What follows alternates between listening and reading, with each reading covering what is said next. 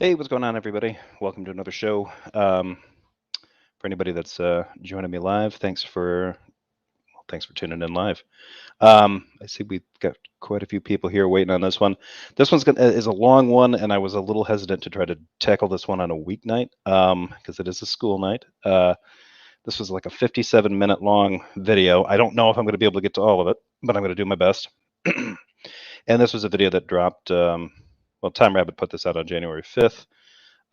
And for anybody that doesn't know, it involves a YouTuber who's been around for a long time named One Way.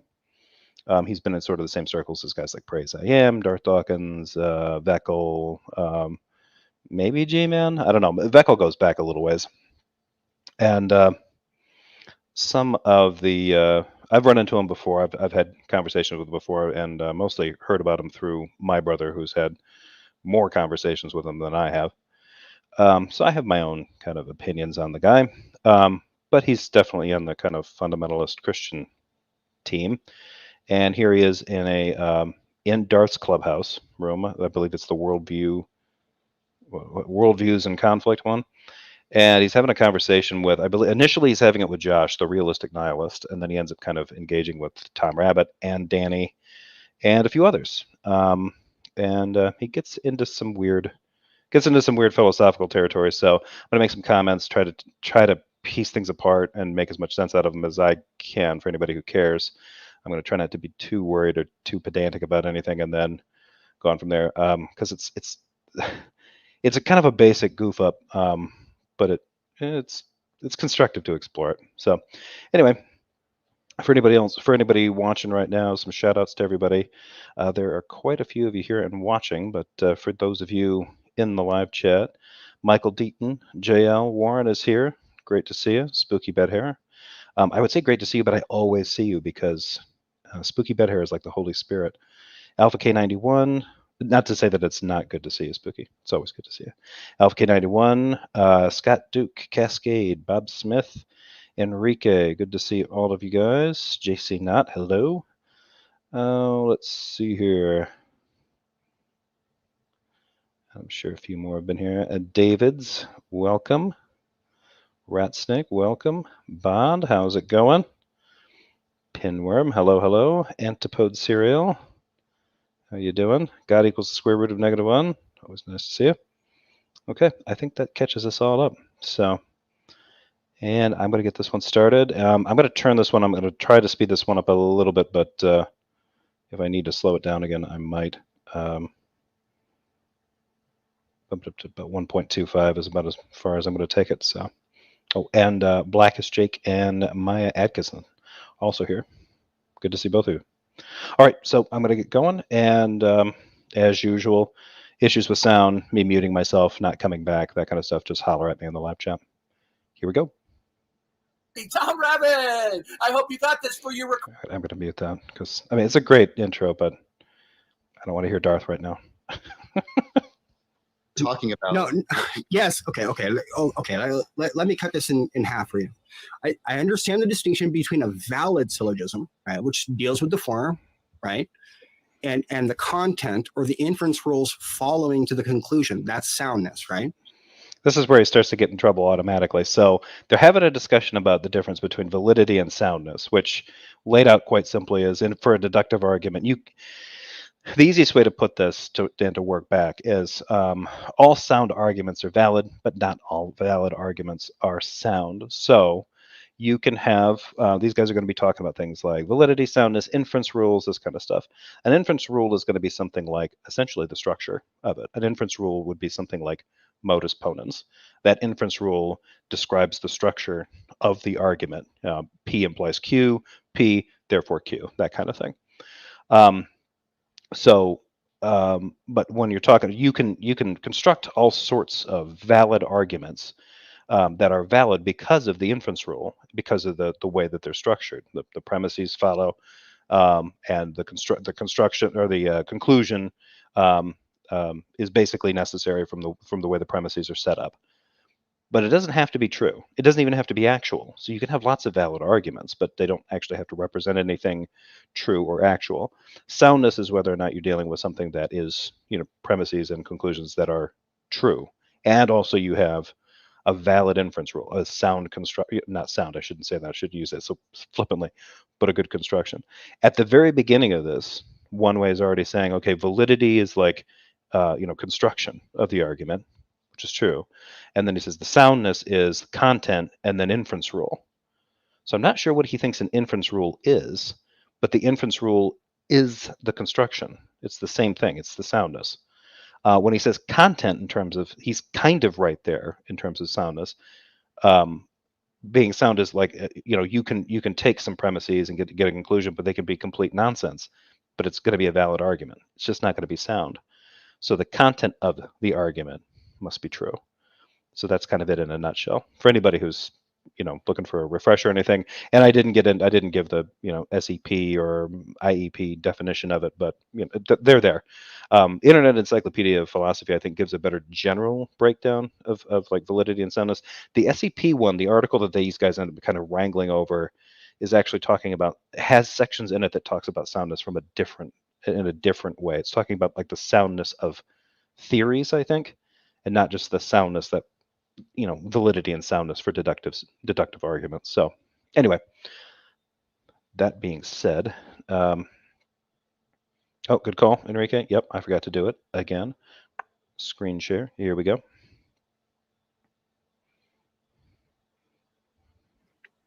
No. What? Wait. Wow.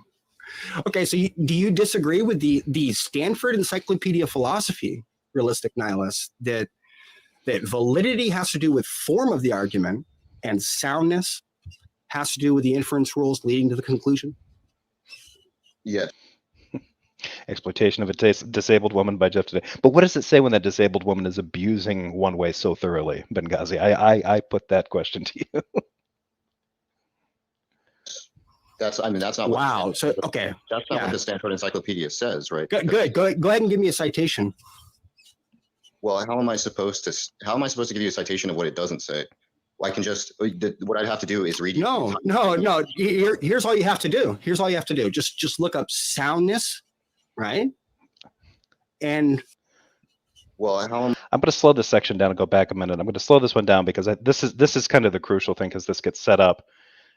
This little back and forth between him and Josh ends up kind of informing the way One Way rhetorically is treating Danny and Tom and people later.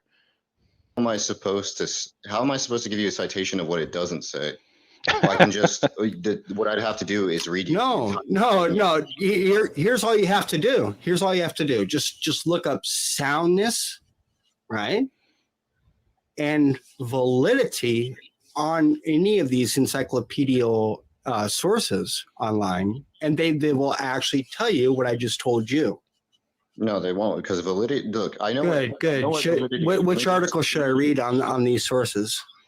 Say this is kind of I'm used to talking to One Way when it's in this mode. What was interesting is that following this, there were a few people that were like, One Way I don't think has been all that active.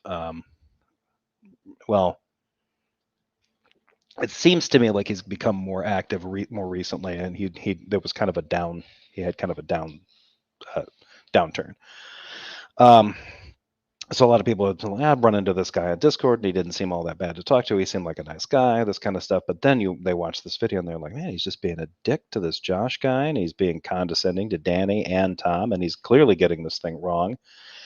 And then he's kind of like, later on, he starts kind of like appealing to the Darth crew here that he's with, for applause.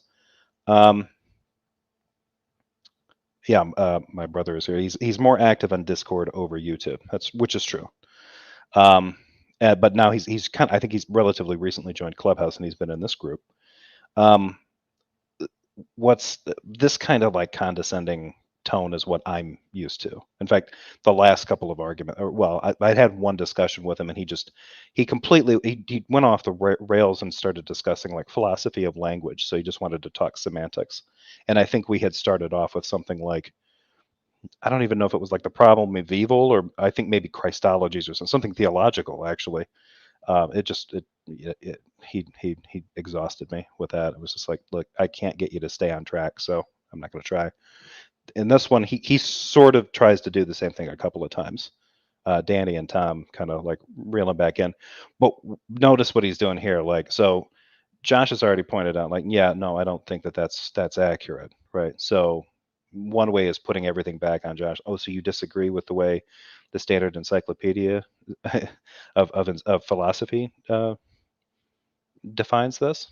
Like, not necessarily. What does that have to do with it? Like, what Josh is basically hinting at here is that one way is getting validity and soundness wrong, but one way wants to like play this like, well, I've got receipts. You just go to these websites and they'll lay it out for you, but they don't. Not the way that one way is arguing about validity and soundness anyway. Well, it just seems like you should read the articles on validity. I already have. Well, because let me just explain. Stop cutting me off and let me explain what my notions are, and then we can try to make some progress. Go ahead. So the reason I'm saying an argument is only valid if the inference rules are truth preserving. That's what it means for something. Wow. No, validity has to do with form of an argument. Which is true. No, truth preserving is only valid. Go ahead. So the reason I'm saying an argument is only valid if the inference rules are truth preserving. That's what it means for something. Wow. And that's true. So if the inference rule in play, if you've got something that's valid, right? You've got a valid inference rule going on, then it is truth preserving, but it doesn't mean that it makes it true. Right, and I'm not exactly sure what one way seems to be reacting to what Josh is saying, as if he's like talking about healing crystals or something like that. But it's kind of weird that he does this. Truth preserving, the truth preserving nature of inference rules is kind of a common concept, at least in terms of when you're talking about validity. Because if you have that validity, and then you have, you're talking about actual things, true things, that's going to preserve that, because you have a valid argument, a valid structure, a good inference rule, and it's not been violated, and then you can then evaluate the content of the argument, and then you have validity and truth, and then soundness. Wow. No, validity has to do with form of an argument. In philosophy. Felix Rodriguez is here. Welcome. I don't know what it always is in this channel. Validity has no place in an atheist worldview. Actually, you should probably check that. What you'd have a problem with would be soundness. If you wanted to say that we couldn't ground anything or anything like that, soundness would be the problem we would have, because we wouldn't know anything is true. But validity would just be something that adheres to certain rules. So as long as it fits the form, then it works. The form of an argument includes the inference rules. Yes. No, we're talking about no, it doesn't. Soundness is where inference rules comes in. This is why we have what are called formal, right, fallacies. I don't know why he does this either. And informal fallacies. I'm just utterly baffled. Generally, like an informal fallacy is going to be something along the lines of, informal fallacies can also be made when you're not giving even really an argument. You can kind of tend towards like informal fallacies, straw manning or begging the question, things like this. But a formal fallacy would be like a violation of the inference rule, or it would be a breaking of that structure. The informal fallacy would be something closer to either the manipulation of, like, most of them are classified as what's I'm forgetting the jargon. Anyway, it seems like one way seems to be like invoking this, like, oh, because this is called a formal fallacy and this is called an informal fallacy, that's why soundness means this and validity means that. That doesn't exactly track, and I'm not sure why he's kind of bringing it up that way. That you don't understand what. Go ahead and give me a citation. Correct me right now on Stanford Encyclopedia of Philosophy. I haven't looked anything up right now, but what I'm going to do is say that validity has to do with truth preservation. So the inference rules are understood to be inference rules that preserve the truth, right? So let's work with that. So is it possible for me to commit a formal fallacy, right? Is it possible for me to commit a formal fallacy if I violated an inference rule? That's the only way to commit a. That's exactly how you commit a formal fallacy, is by violating an inference rule, like violating modus ponens or modus tollens. If you screw up that form, violate that structure, that's a formal fallacy in your argument. Formal fallacy. No, it's actually the reverse, buddy. Right? Informal fallacies have to do with the inference rules. Formal fallacies have to do with the structure of the argument. That's validity. Which is the structure of the argument is also the inference rule. Whatever reason, one way has a real hard time either wrapping his head around this, or he's got some other definition of inference rule in his head. Right? I'm saying the structure is the form of the argument. That's the same thing. This is beyond pathetic. Okay, so, here we go. Good. Mama One Way, you're getting too loud. I like that Tone Loc is chirping in already. This is getting pathetic. Tone doesn't even know what's going on. And that's not just me being insulting or being mean. Tone doesn't get this. He's not following along all that closely. And he's only following along close enough to insist that One Way must be right, because there's an atheist that he's talking to, and that guy must be wrong. Good job. I don't even know how to remove this numbskull. Could you do that, Tone Loc? He's a retard. Okay, so I don't even know how to remove this numbskull. Asks Tone Loc to get rid of him. Well, I can do that. Yeah, he's done. Well, you were saying all the false things. I don't know why.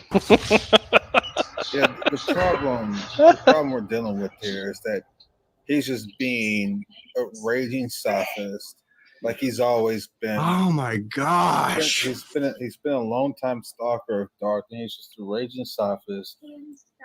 Look, I'm glad the replay is on here. This needs to go on YouTube. This guy doesn't even know the basics of forming a syllogism. Wow. Yeah. You were clearly saying things that are way above his pay grade, and he just wasn't responding. He wasn't engaging in good things. You know what that exposes about him, Tone Loc? You know what this exposes about him, Tone Loc, is that he's actually just trying to be a contrarian with everybody he talks to. He actually has no idea what the fuck he's talking about. Actually, if Josh is cohering to the standard understood conceptualization of validity and soundness, so he's not bucking some trend, that does not make him a contrarian. So One Way is trying to gather from if this guy's wrong, then he's just being a contrarian. A contrarian is usually somebody who's going to disagree with either quite a few or most, like, kind of commonly accepted things, like, we'll say like a flat earther or anti-vaxxer. That's somebody who's probably you could comfortably fit into the category of a contrarian. Christians call atheists contrarians because they want everyone to think that Christianity just the established thing. Christianity is established, like, the law of gravity or whatever.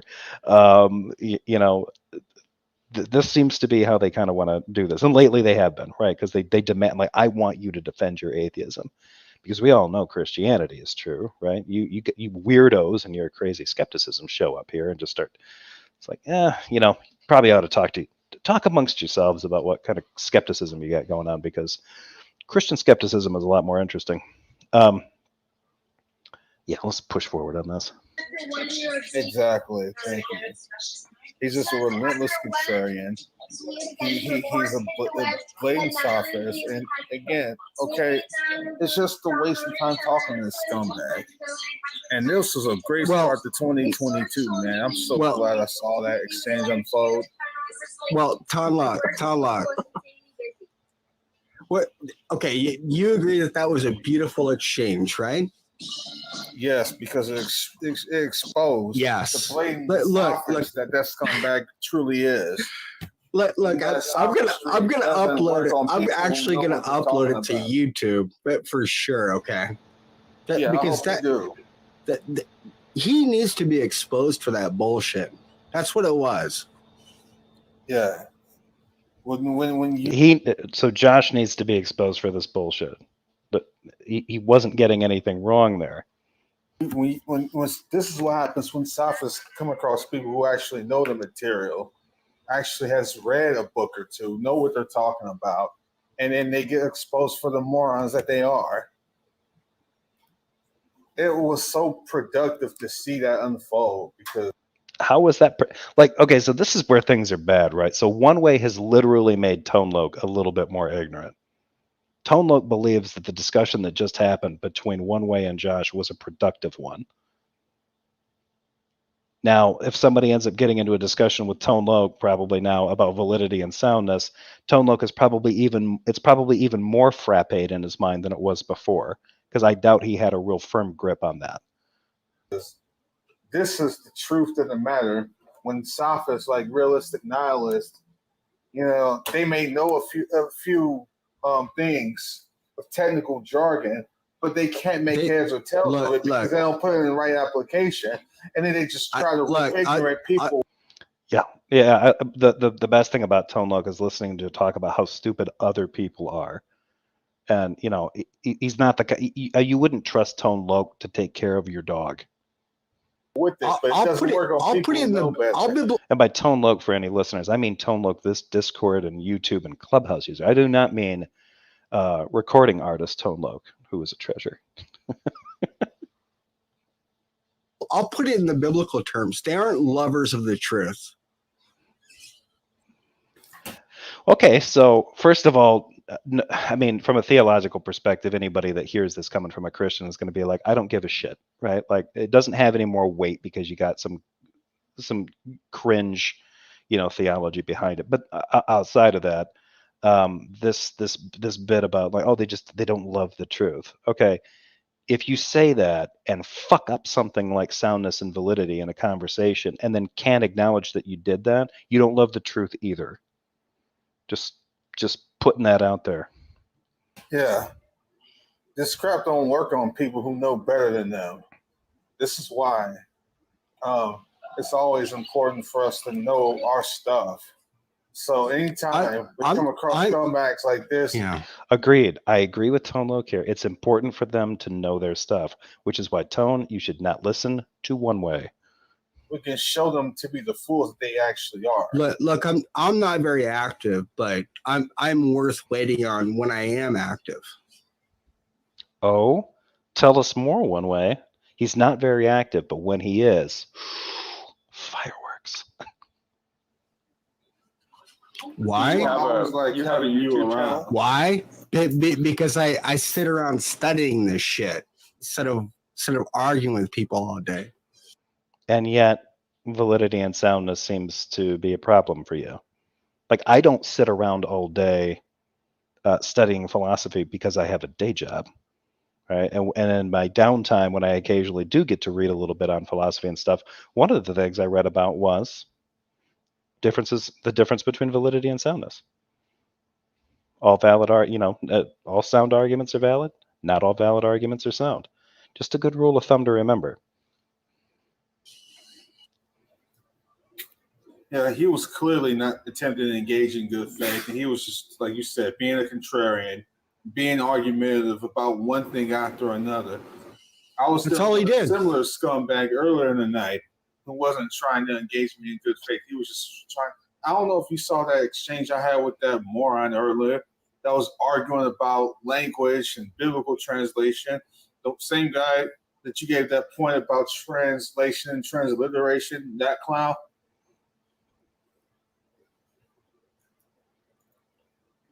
One Way, did you see my exchange with that retard? Oh, actually, I'm going to take that back because I'm going to learn how to use better language than that. Because I want to be sensitive to the ableist topic. I'm going to clean up my language. So that's something I'm going to put on myself in this new year. I'm not typically one to do New Year's resolutions or anything like that. If you're just going to do something, you should just do it, period, no matter what time of the year it is. You should probably get around to losing your cherry. I mean, there's nothing wrong with not having sex. But although actually no, I don't want to put that pressure on Tom. If you're going to be celibate, just do that. But if I am going to make any kind of a resolution at all, it would be to clean up my language. That's your near resolution, Tanla? Okay, this should be interesting. You know what? This should be great.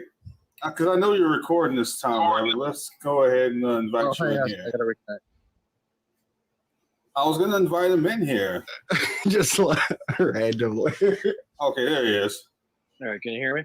Hey, what's up happening here, guys? Yeah, it sounds good. Yeah, I think Josh was right in everything he said. Yeah, and you've never read any, articles that Josh said I didn't read. Do you agree that there's a difference between validity and sound? You don't have to have read. It's not necessary for you to have read the specific entries on this in the Internet Encyclopedia of Philosophy or the Stanford Encyclopedia of Philosophy in order to get to have the correct take on this concept. One way is just being a clown here. Soundness in a syllogism. Yeah, they're distinct notions. Yeah. Yes, Josh didn't agree to that. So, do you agree with everything everything that he said? I think he did say that they're distinct notions. No, he didn't. Yes, he did. Okay, it's so beautiful. He did say that they're different, that they were distinct. Unlock that you got this on replay. I think it's hilarious that one way is in this moment he's just really enjoying it. He's really in the flow, like, I got you guys. You guys are being so dumb. I can't believe you guys don't get this stuff. Watch Professor One Way school you on Philosophy 101. Like, yeah, no, bro, no. Tom Roberts is recording this anyway, like he records everything else because he's a secret admirer of our page. What I think Our page, Tone? It's Darth's page. You should probably remember that. was said by Josh is that validity has to do with truth preservation. And the way you described that was structure, which is the same as what Josh was talking about, right? I think where you got it wrong. No, it wasn't. No, because okay. That is what Josh was saying. You're smuggling in different truth theories, right? Are you talking this makes no sense. About the referential theory of truth? No, I'm talking about inference rules when it comes to logic. Right. Okay, so then that has to do with soundness and not validity. So then what he actually did. What? The inference rules are about validity. He's doing it again. The weird thing is, like, see that question is like, you talk about a referential theory of truth. If Tom had taken that bit, right? If he had taken that little bit of bait, they would be completely off track by now. Fortunately, Tom answered the way that he did. He's like, no, I'm talking about inference rules and deductive arguments. It was conflated, these two. Right? I think you're under the impression that validity has to do with structure and soundness has to do with content. Is that what you think? Yes, that is incorrect. That's the way that I view it, because that's the way that that's the way the academic literature itself views it. Okay, if I could just speak uninterrupted for 1 second, and go ahead. Why I think you're almost right, but you're wrong actually. So, validity has to do with structure. You got that part right. Soundness has to do with structure too, but soundness means that it's both the structure is fine and all the premises are true. That's what soundness means. Okay, is the structure there in soundness with regard to the inference rules or to the validity of the form of the argument? That's the same thing. Structure of the argument. Those are the same thing.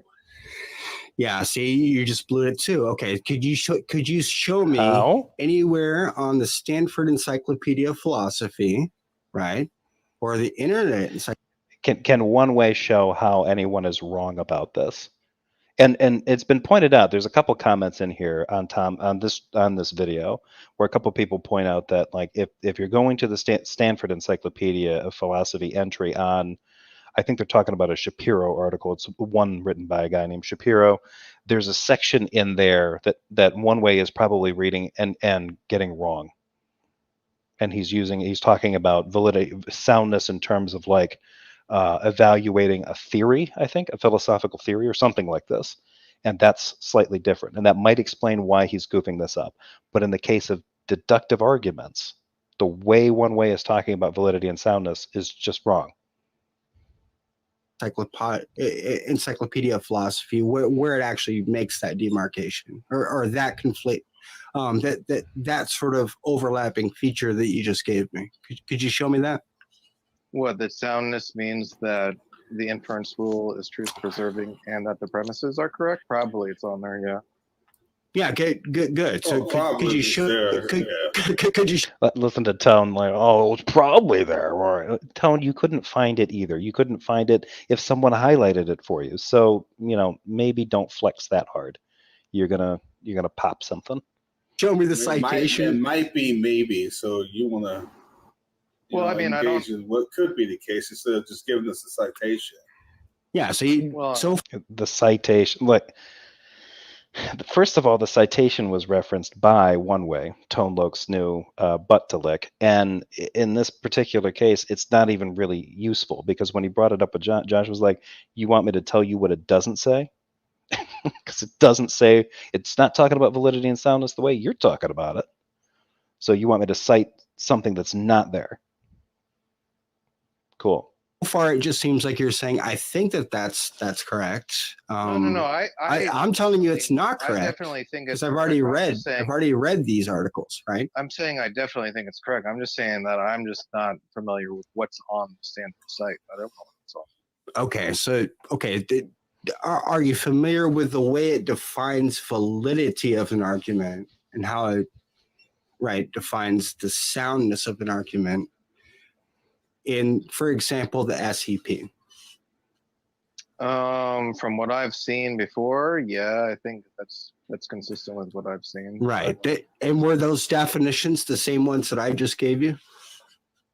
Well, it seems like you disagree with and I gave Josh?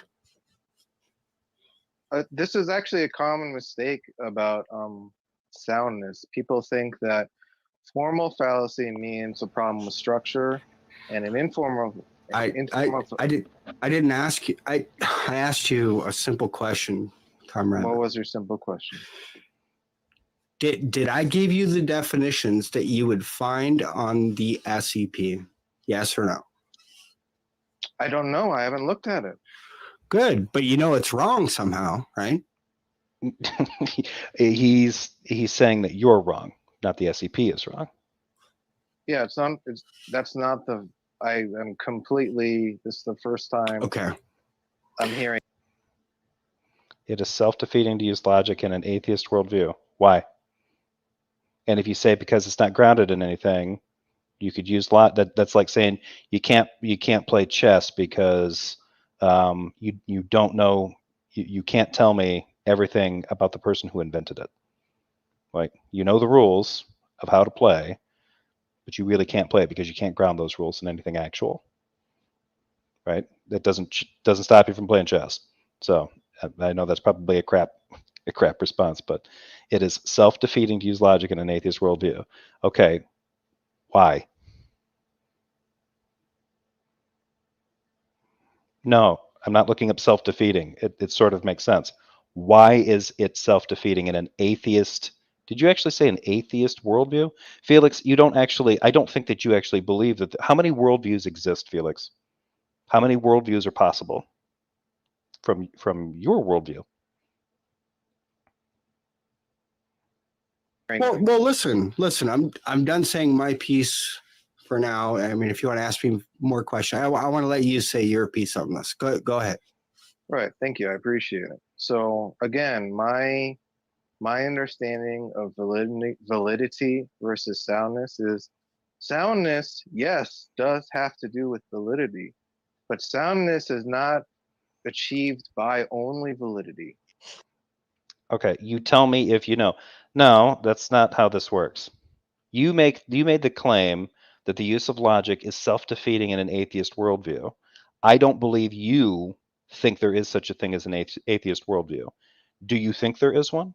Do you think there is a possibility of other worldviews outside the Christian worldview? If you think they are, how do you think they're possible? How would you ground the possibility of worldviews other than the Christian one? Soundness is achieved by validity, which means the structure, which is what you said, which I agree with, right? When we're talking about structure, we're just talking about an inference rule like modus ponens. Modus ponens is a structure of an argument, right? And all the premises have to be true for soundness. So it's two parts, right? Soundness is oftentimes mistaken for like, Okay, before I let him finish that, this is going to be probably my last. Felix has responded, there is only one. So if there's only one worldview, then why are you asking me about my atheist worldview? You're lying to me. You've admitted now, implicitly, that you were being dishonest when you said that the use of logic is self-defeating in an atheist worldview. Well, that's not possible because an atheist worldview isn't possible from your worldview. You only believe that one worldview is possible. So stop talking about multiple worldviews. And if there is only one worldview, I exist in the Christian worldview, and I have beliefs that are not God. So now you have to wrestle with that. the other side of validity, right? Like valid is the structure and soundness is the premises being true. But no, soundness is all the premises being true and the validity is of the structure. And you seem to disagree with that, and I'm fairly sure that's correct. Yeah, I certainly do disagree with that. Right. Why one way? Like, what on earth? I want to know what one way read right before doing that particular, because I think this was on like New Year's Eve or maybe New Year's Day. I want to know what happened. Like, what had he just finished reading online or whatever that kind of goofed this up? Because I don't recall him ever being this confused about validity and soundness before. But then again, I haven't talked to him in a very long time or seen him argue or debate with anybody. So So what do you think soundness means? Because, right, the only thing that you're going to say about that is, well, it's fallacious. Well, is that an informal fallacy or a formal fallacy? Here's the thing. I think rather than you two just disagreeing about it, this is watch great. what happens when you do that. Rather than you two, Formal fallacy means that the structure is not preserving, so it's an invalid. I think rather than you two simply disagreeing about it, just bring the literature to bear and see what pans out. Yeah. See, there you go. If Tone knew what the hell was going on and knew what he was talking about, he'd know that that's not necessary. The concept, the part that Tom is talking about, this basic idea of the difference between validity and soundness when it comes to deductive arguments, is pretty well established. You don't have to bring a bunch of literature to bear. He doesn't have to bring his sources, and then one way brings his sources, and then they suss it out and they figure out which one looks better. That's not how this one works. And if Tone Loc understood what the hell was going on here, he wouldn't have said anything that stupid.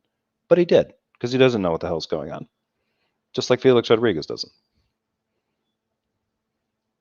Yeah, well, it's not going to hold up when you read these. This is why they won't cite them. Do that, but first I'd like to actually hash out exactly what the disagreement is. So, in my understanding, a formal fallacy has to deal with structure, and an informal fallacy has to do with content. That's right. That's exactly what I said, isn't it? I don't think that was. He actually told somebody it was the other way around when somebody mentioned that when Josh said that a formal fallacy was with an inference rule and the structure, because one way had set it up like, well, what would happen if I said that I could commit a formal fallacy by violating an inference rule? And Josh's like, that is how you commit a formal fallacy. And one way corrected him and said, no, it's the opposite of that, my dude, or my guy, or whatever word he used. Now he's got it right. So I don't know how many beers deep he was in this conversation, but maybe he's starting to sober up. I don't know. I don't remember. Okay. Well, this thing's on replay. That's what I said, right? No, I think you said something like. So let's use like P implies Q, P therefore Q, right? I think you said something That's like valid. That's a valid modus ponens argument. No, that's not a valid modus ponens argument. It's modus ponens. It's a frickin' inference rule. That's why it's valid. It's a, but you wouldn't really. I mean, in that case, you wouldn't call it. You'd put an argument into that inference rule in that structure, and that would be valid because it's maintained in that, right? And according to Josh, that structure, if it's not violated, is truth preserving. If you violate the structure of modus ponens, that's a formal fallacy. One Way rejected these earlier. But P, right, could represent various things. And then we'd have to examine the content because P is just abstract, right? We need to put some meat on those bones and then test out if it's a valid, if it is a sound, right, modus ponens argument. It's already valid since it's using the same form. He's You're getting not this saying right. anything different than Tom. No. Okay, well, then in that case, what's Tom's objection? I mean, well, you said you disagree with realistic nihilist, and the replay will bear it out. But yes, if you're now agreeing with me, I haven't changed anything that I've said. And in the beginning, you mocked me, and then they're saying you were. Okay, so do you agree with me that you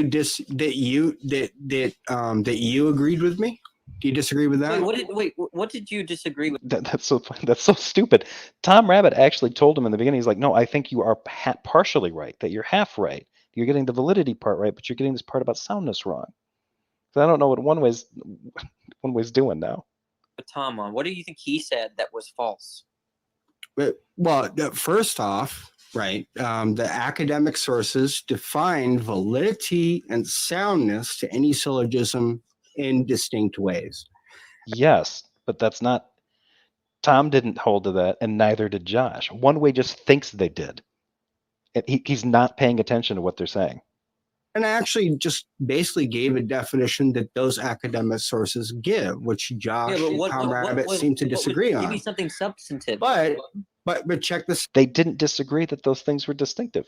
And they didn't disagree with those particular quote-unquote academic sources. One Way is projecting that they must disagree with those sources because One Way thinks he's getting those sources correct, and Josh and Tom are interpreting them incorrectly. The opposite is true. So if I say that I agree with you and you're saying that you agree with me, then it turns out that you actually agree with what I just said, right? What did Tom say that you disagree with explicitly? You mocked me when I came in earlier. No, I didn't mock. I did laugh. He laughed derisively. Though. Yeah, you were scoffing and mocking. Laughing derisively at someone is a kind of mocking. And you were saying, "Oh, I'm glad this is recorded. This is great, right?"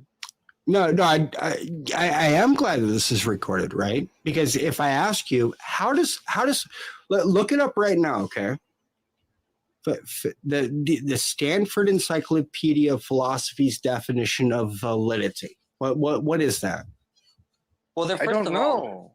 I'm going to read this because I am interested in this. I apologize for the pausing. Michael Deaton says, he wrote this to JC Knapp. My favorite part of this was telling One Way in the comments section of Tom's video he spent an hour being 180 degrees wrong about something so simple, and he deleted all his comments.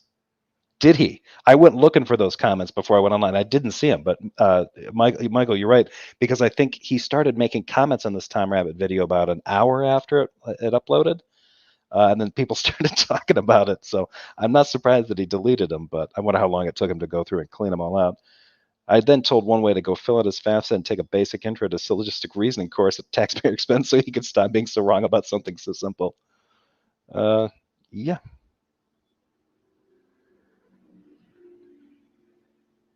Oh. You are speaking from my worldview and using world salad and suppressing the truth with this world salad that you don't even believe in. You're right. I don't believe in world salad.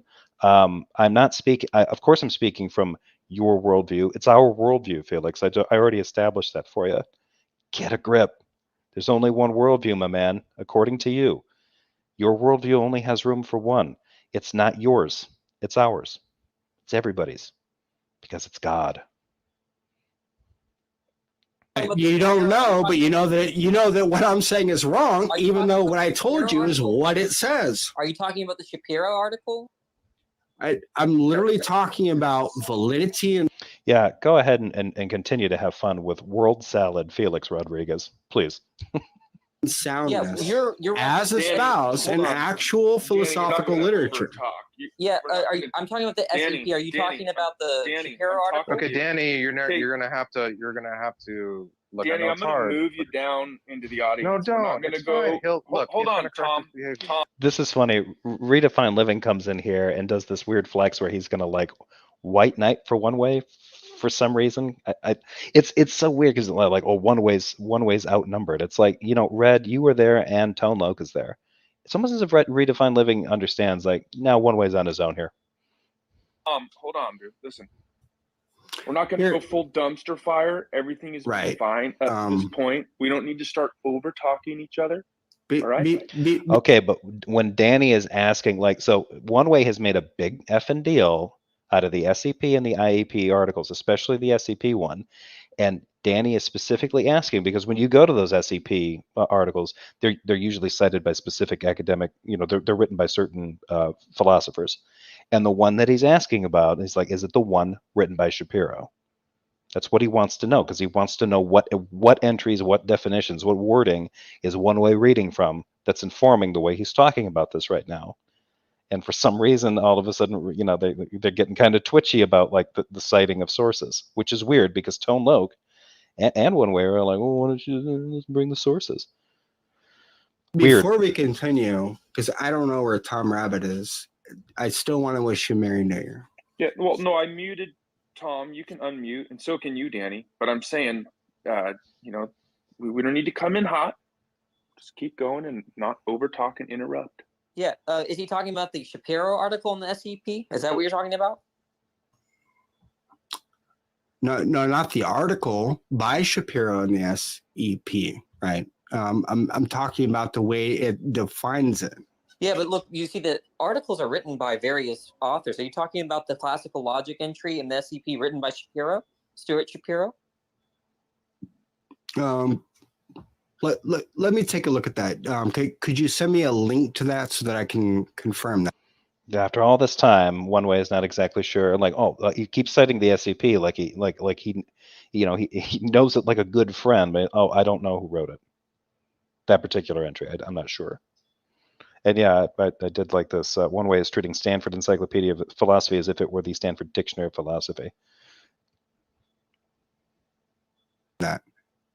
Well, I'm on my phone. I don't even know how to do that. It's very easy to Google, right? Just put classical logic Shapiro SCP. All right, I'm looking up myself. Classical logic. Okay, what should we be looking up here? Jesus Christ.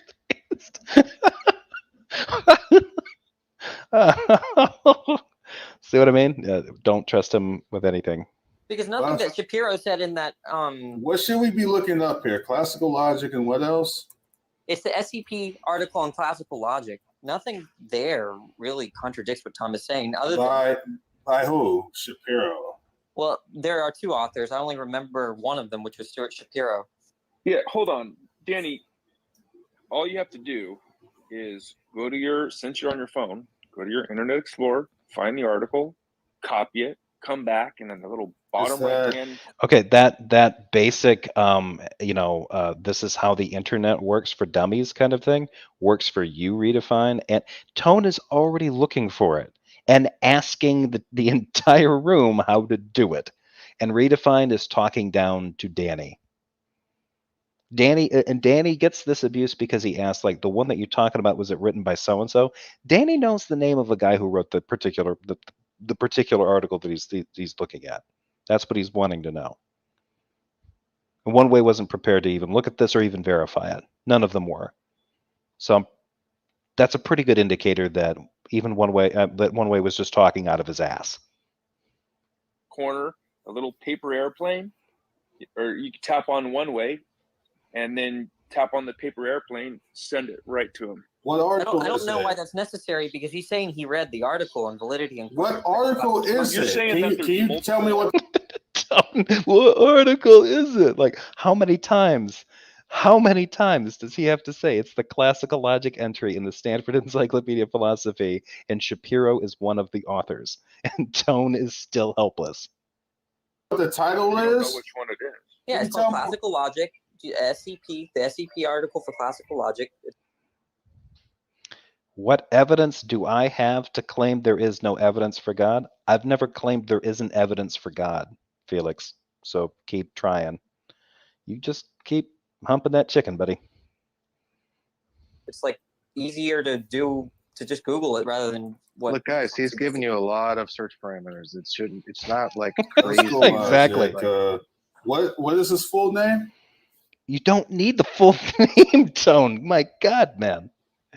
Just SCP classical logic should be the first entry. Shapiro, he said multiple times. Okay, I didn't hear him.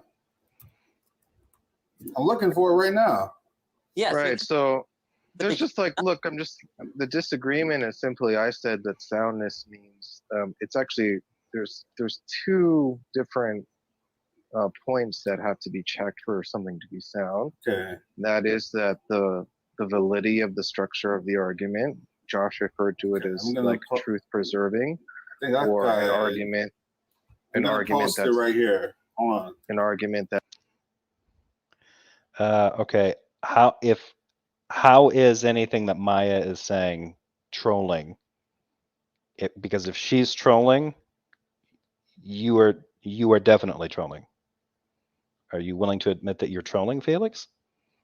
Because if you are willing to admit that, there are plenty of mods here that are itching to put you in a timeout. that's valid as like modus ponens. That is a truth preserving structure, modus ponens. But soundness means also that all the premises are true. That's what soundness means. Look, and what was weird is that No, I'm listen to tired, me. because I'm getting tired of this bickering.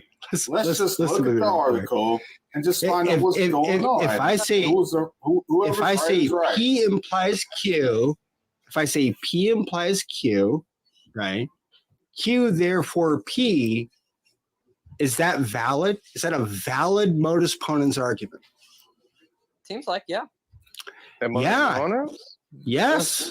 In other words, it's been formally stated, right? But we haven't filled in P. We haven't filled in the Q. Okay, so there's the article. We haven't been. It's been. Yeah. Is that a valid Q? Therefore, P is Q, right? Q. Therefore, P. Is that valid? Is that a valid? I don't know that is, right? Because he switched it around. Modus ponens is P implies Q, right? P is true, therefore Q, right? But in this case, he's reversed Q and P. So I don't know that that's actually valid. I don't know if anybody caught it. Valid modus ponens argument. Seems like yeah. Yes. In other words, it's been formally stated, right? But we haven't filled in P. We haven't filled in the Q.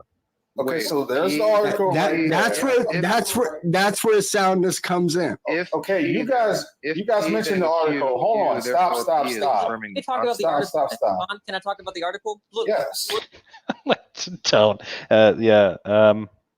It was very, very briefly. I'll read it from the article because I pulled it up myself. Thanks for posting the link. Is that whoever did that? What was the claim? I posted the link. Tom, yeah, thank you. The claim that I heard is that Tom was saying something and contrary to the SCP article. But if you read the SCP article on soundness, here's how they define soundness, right? They define validity first. But the idea is that I'm just pulling it up for soundness. Here's we show that the argument is derivable only if the valid. This pleasant feature called soundness entails that no deduction takes one from the true premises to a false conclusion. Thus, deductions preserve truth. And that's basically what Tom was saying. The idea is that the premises are true, and if it's sound, and that's to say that we have true premises, you get that conclusion. That conclusion necessarily follows. That's what Tom was saying. So nothing about the article. No, look. Okay, how do you? Okay, listen to what I'm about to tell you. How do you defend the veracity of modus ponens without using the veracity of modus ponens? That's What? a different topic. No, that is a different topic. He's already starting to try to veer off. This is always kind of the, like, for people who don't know him, this is always the dangerous thing. He'll try to get you into some kind of tertiary, because I think maybe he didn't catch this at the time. Maybe he didn't really. I don't think he did, because he's still flexing pretty hard by the end of this whole thing. But I think he's caught onto it now, because if Michael Deaton says it's true, he yanked his comments out of here, because after this aired, his comments in there, he was in there defending himself again, like, oh, you guys are idiots, you don't understand what you're talking about. You know, I'm going to. He was bragging about how he was going to do a video on it, and he was going to take things out of context. He was going to show the whole thing uncut and live and all this.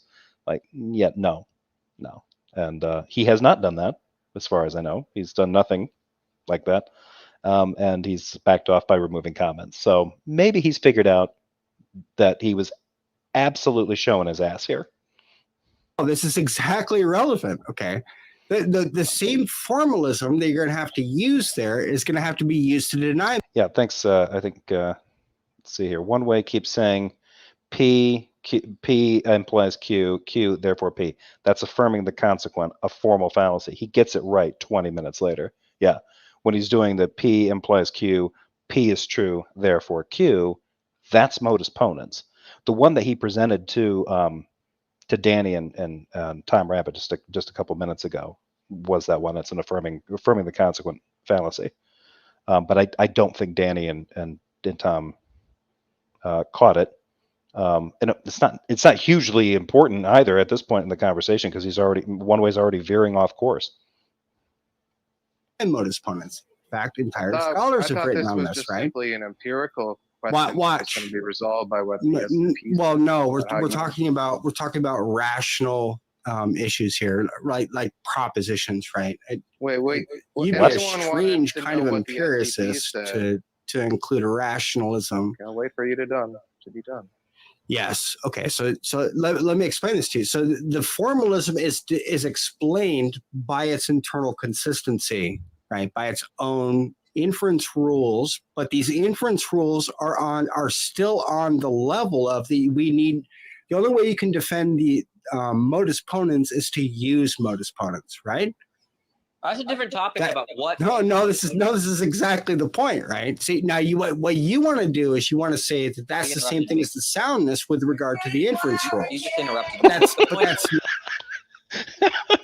You're getting loud again. And keep in mind, I wonder if this was happening. I wonder if he was supposed to be making an appointment for her.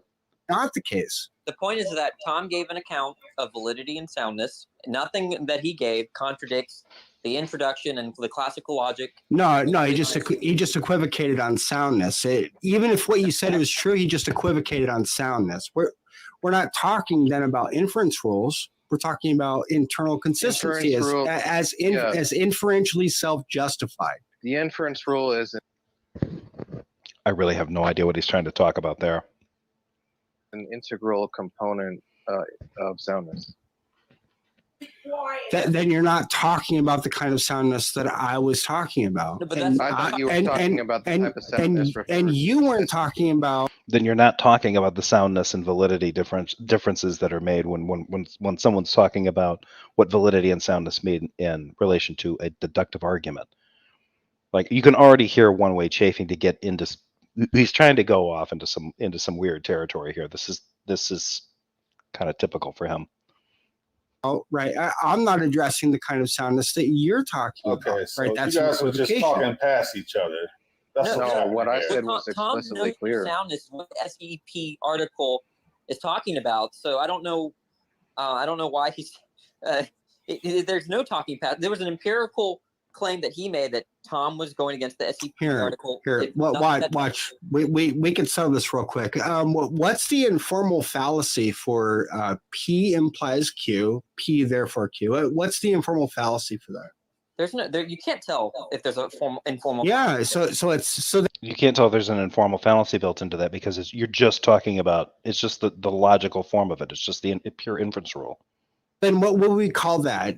When the inference rules don't follow, right? It can follow. What would we call that? No, it doesn't. If you violate the inference rule, then you've committed a formal fallacy. But he rejected that when Josh told him that's what it was. Follow if under classical logic, if you take a modus ponens and you don't fill in the content. Good. Follows, right? Good. Yeah. So if we don't fill in the content, then we can't ascribe some inference rule fallacy, right? These informal fallacies. Do you know the distinction between formal and informal fallacies? Yes, I brought that up to Josh and I brought that up to Tom, right? Now follow this retro. I like that one way is trying to walk them down a path to something that doesn't matter and isn't significant. Felix, your silence about evidence for God speaks volumes. I didn't say anything about the evidences for God. I just said I've never said that there isn't evidence for God. I do happen to think that there's evidence for God. One such thing could be the sheer number of believers for God. Is that good evidence for the existence of your God? Not necessarily. And that's the difference. Just because there's evidence for something doesn't mean that it's good evidence. And it doesn't mean that it's convincing. Retrogradatively, right? Retrocausatively, right? Backwards. How are we going to say P implies Q, P therefore Q equals an informal fallacy? Because informal fallacies have to do with violation of inference rules, which require content, right? That's not what an informal fallacy. That's not what an informal fallacy is. A formal fallacy, that's a formal fallacy. When you violate the inference rule, you violate the structure of the argument. Okay. Sorry here. Oh, yeah. Let me just continue playing this. Are you serious? Yeah. Okay, so are you saying that petitio principii is just as much a formal fallacy as an informal fallacy? I don't. The petitio principii there is begging the question, right? He wants to bring up the begging the question fallacy. I don't know what you're talking about. You're gonna have to explain what you're saying. Right. It was just one of the kinds of fallacies out there. Right. We have whole lists of both of these. Look, is it formal or informal? Well, no, that's my question, right? On your view, is that formal or informal fallacy? And how do you determine that since you've just made those identical? Look, I don't even know what you're saying. He did not make them identical. One way is literally, he's either completely missing the point or lying through his teeth or just not getting it. This is really sad. And again, if Tone Loc had caught onto this stuff, he would also be saying, one way, come on, you're wrong, man.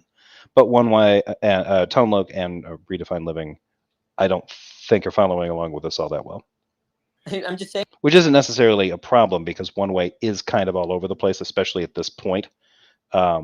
And I do like the fact that Danny is kind of trying to keep him consistently like, look, you said that you disagreed with Tom about something. What specifically was it? And what was it that you disagreed with? And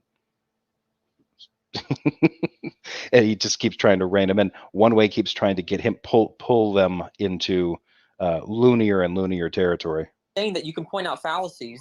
Right now, if Tom said that you can point out informal fallacies. Watch. Let me explain to you. Let me explain to you why petitio principii is a formal fallacy, right? Because, right, the conclusion of your premise is stated in the conclusion as well. That's what makes it a fallacy. But you wouldn't say, right, that just because the P is there, the abstract P there, right? P implies Q, Q therefore P. You wouldn't say that that is affirming the consequent. That's a fallacy. And he's changing the structure. Also, I believe affirming the consequent fallacy. Affirming the consequent, sometimes called converse error, fallacy of the converse, or confusion of necessity and sufficiency, is a formal fallacy of taking a true conditional statement. If the lamp were broken, then the room would be dark, and invalidly inferring its converse. The room is dark, so the lamp is broke. But then it's actually a formal fallacy because it violates the structure, which is what he's doing when he's doing P implies Q, Q therefore P. Modus ponens is P implies Q, P therefore Q. But now, for whatever reason, he's hung up on the fact that if you change that, you get the begging the question fallacy. Well, you actually get the affirming the consequence fallacy. That's a formal fallacy. Modus ponens, therefore, right, commits petitio principi, would you?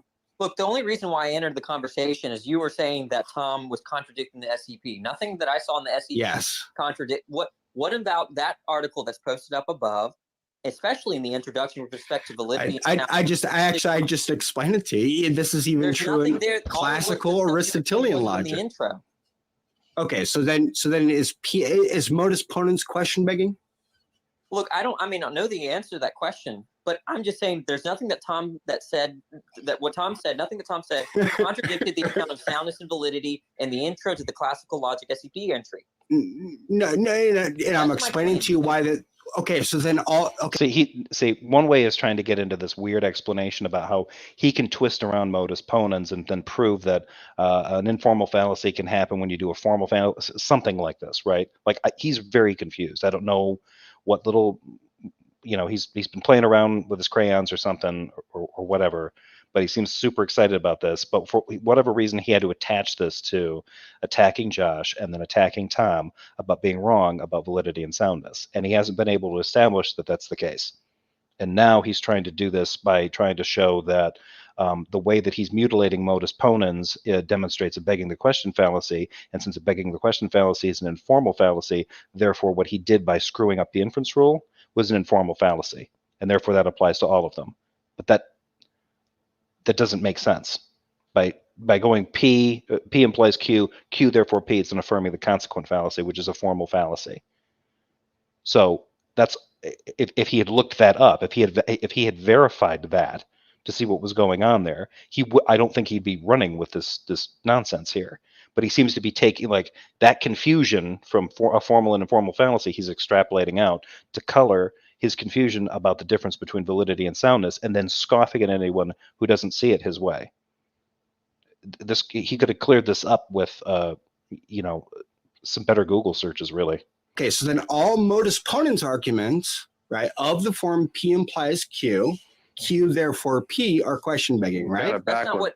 That's not. I don't see how that pertains to what Tom said and what. Because the definition. This is a good point too. Michael Deaton writes the minutia of this stuff can get confusing. It's easy to mix up left and right, and that's fine. But one way was being arrogant in his incorrectness and refused proper correction. That's true. That's the part that ticks me off.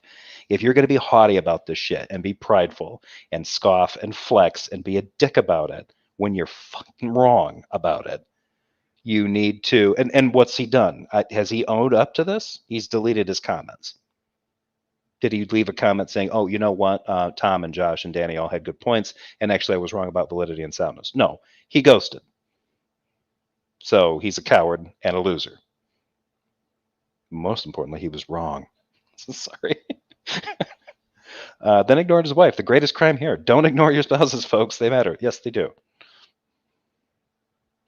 Listen to me, because the definition of petitio principi, right, a circular argument. Petitio principi.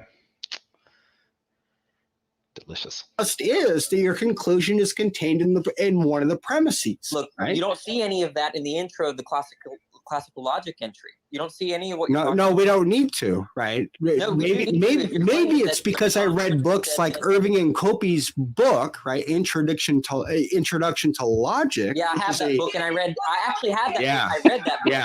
Shut up. Right. Maybe and there's nothing that he said.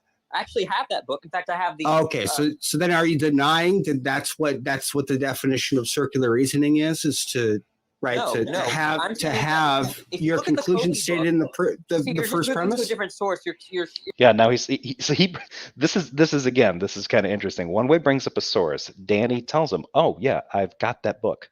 Got it right here." One Way is now moving on to another source.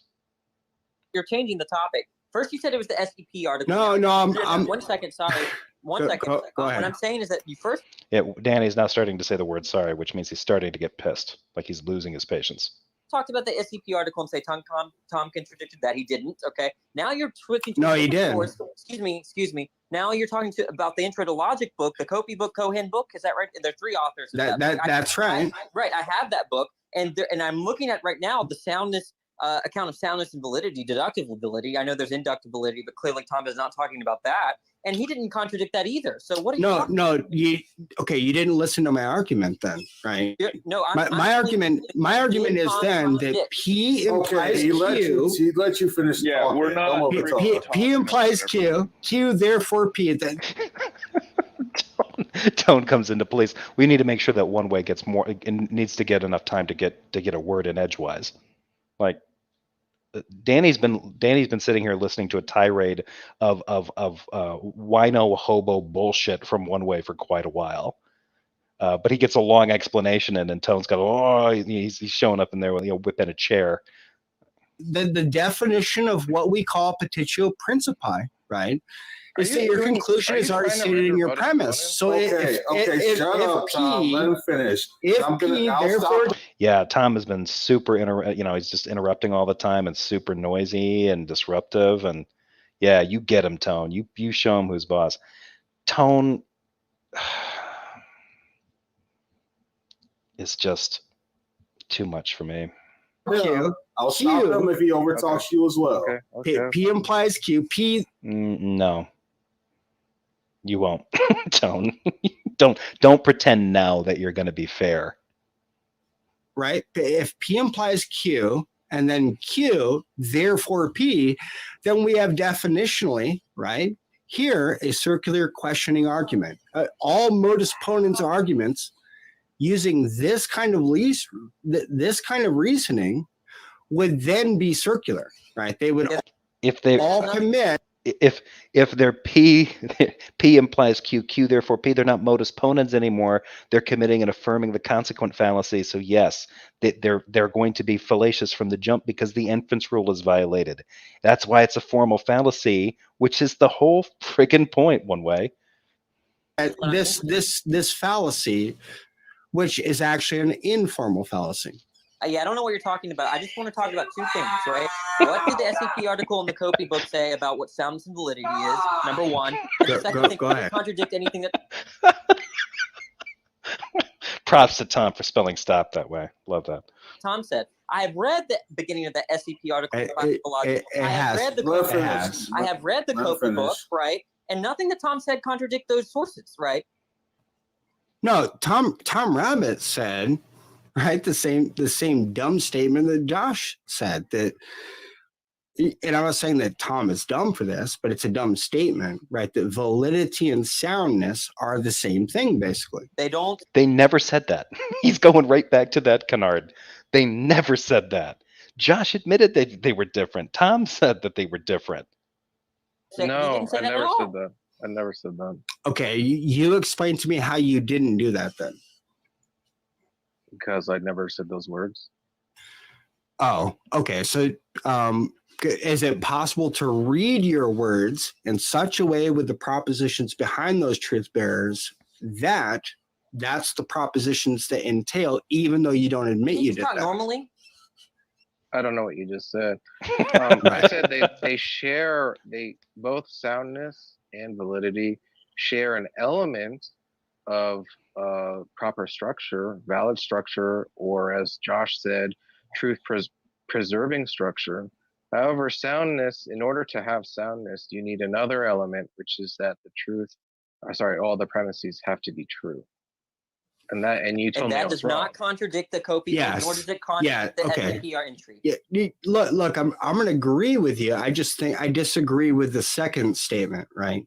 Because the form of, if you used soundness, like I just showed, right? Get back to that. You should review the T-Jump versus Jay Dyer debate on blood sports. It's hilarious. I've watched that one. I watched that a while ago. It's nuts. I might do that. That might be something I'll do on the weekend or something. Right. With regard to the form of modus ponens, then every conclusion to every modus ponens argument will be circular, right? Because the modus ponens one that he's putting out there, the P there implies Q, Q therefore P is not modus ponens. If that's the one he's talking about, if he's talking about actual modus ponens, that modus ponens is a valid inference rule. So this is crazy to me. the definition of a petitio principii argument, right? The problem with it is that the conclusion is stated in one of the premises. So if we say if P then Q, Q therefore P, that's affirming the consequent, right? Then it just ends up that P becomes conditionally upon the premises P. Yeah, look. Did what Tom say contradict that's a weird the way of Copy book putting or the SCP entry? I absolutely. I mean, it how did he do that? Contradicts the distinction. I love this. Danny keeps asking him, like, okay, so did Tom goof up this distinction between validity and soundness according to the Copy book or whatever, that textbook, right? And one way seems to be justifying that by saying that he can twist the modus ponens into an affirming the consequent fallacy and say, yeah, Tom's getting formal and informal fallacies wrong, and he's getting soundness and validity wrong. That's kind of the gist that I'm getting from this section of the conversation. This is just this is an odd way to go about trying to do this, and I think one way was probably maybe 5-6 beers into this, maybe more, and I think you'd have to be in order to get this kind of goofy with a conversation. Definition all over soundness. The place. I have the Copy definition of soundness right here, okay? And it's going to be basically what Tom just said. I have it right here. Give me a second. Go for it. I have it in within a couple of pages. And tell me, Tom, this is what you meant. I mean, we all heard you. I can just say explicitly, an argument is sound if all the premises are true and the argument is valid or the structure is valid. I'm just using different ways to say the same thing, so it's very clear. The structure is truth preserving. It's a valid inference rule like modus ponens, etc. And you disagree with that? Yes. Yes, absolutely. Why? Oh my God, why?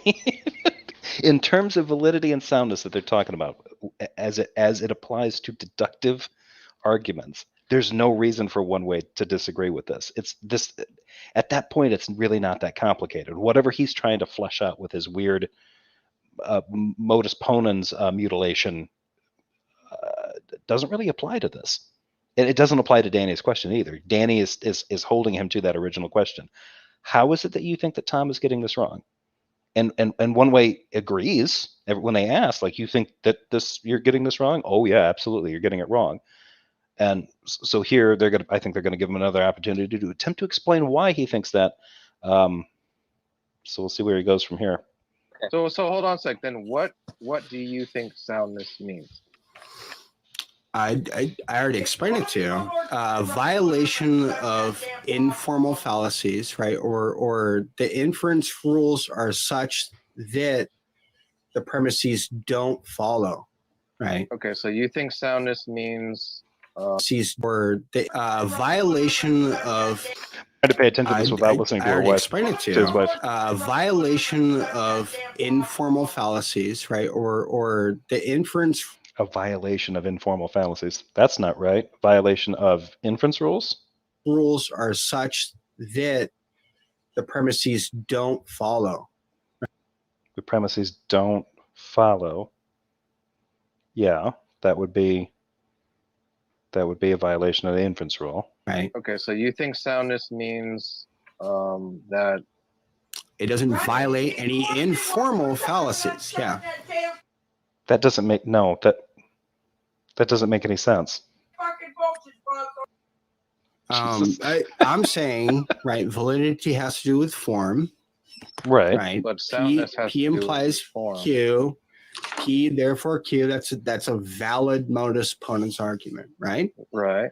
Yes, because that's the inference rule, and it's not been violated. So you could put anything into P and Q, and the validity would hold, but it may not be sound.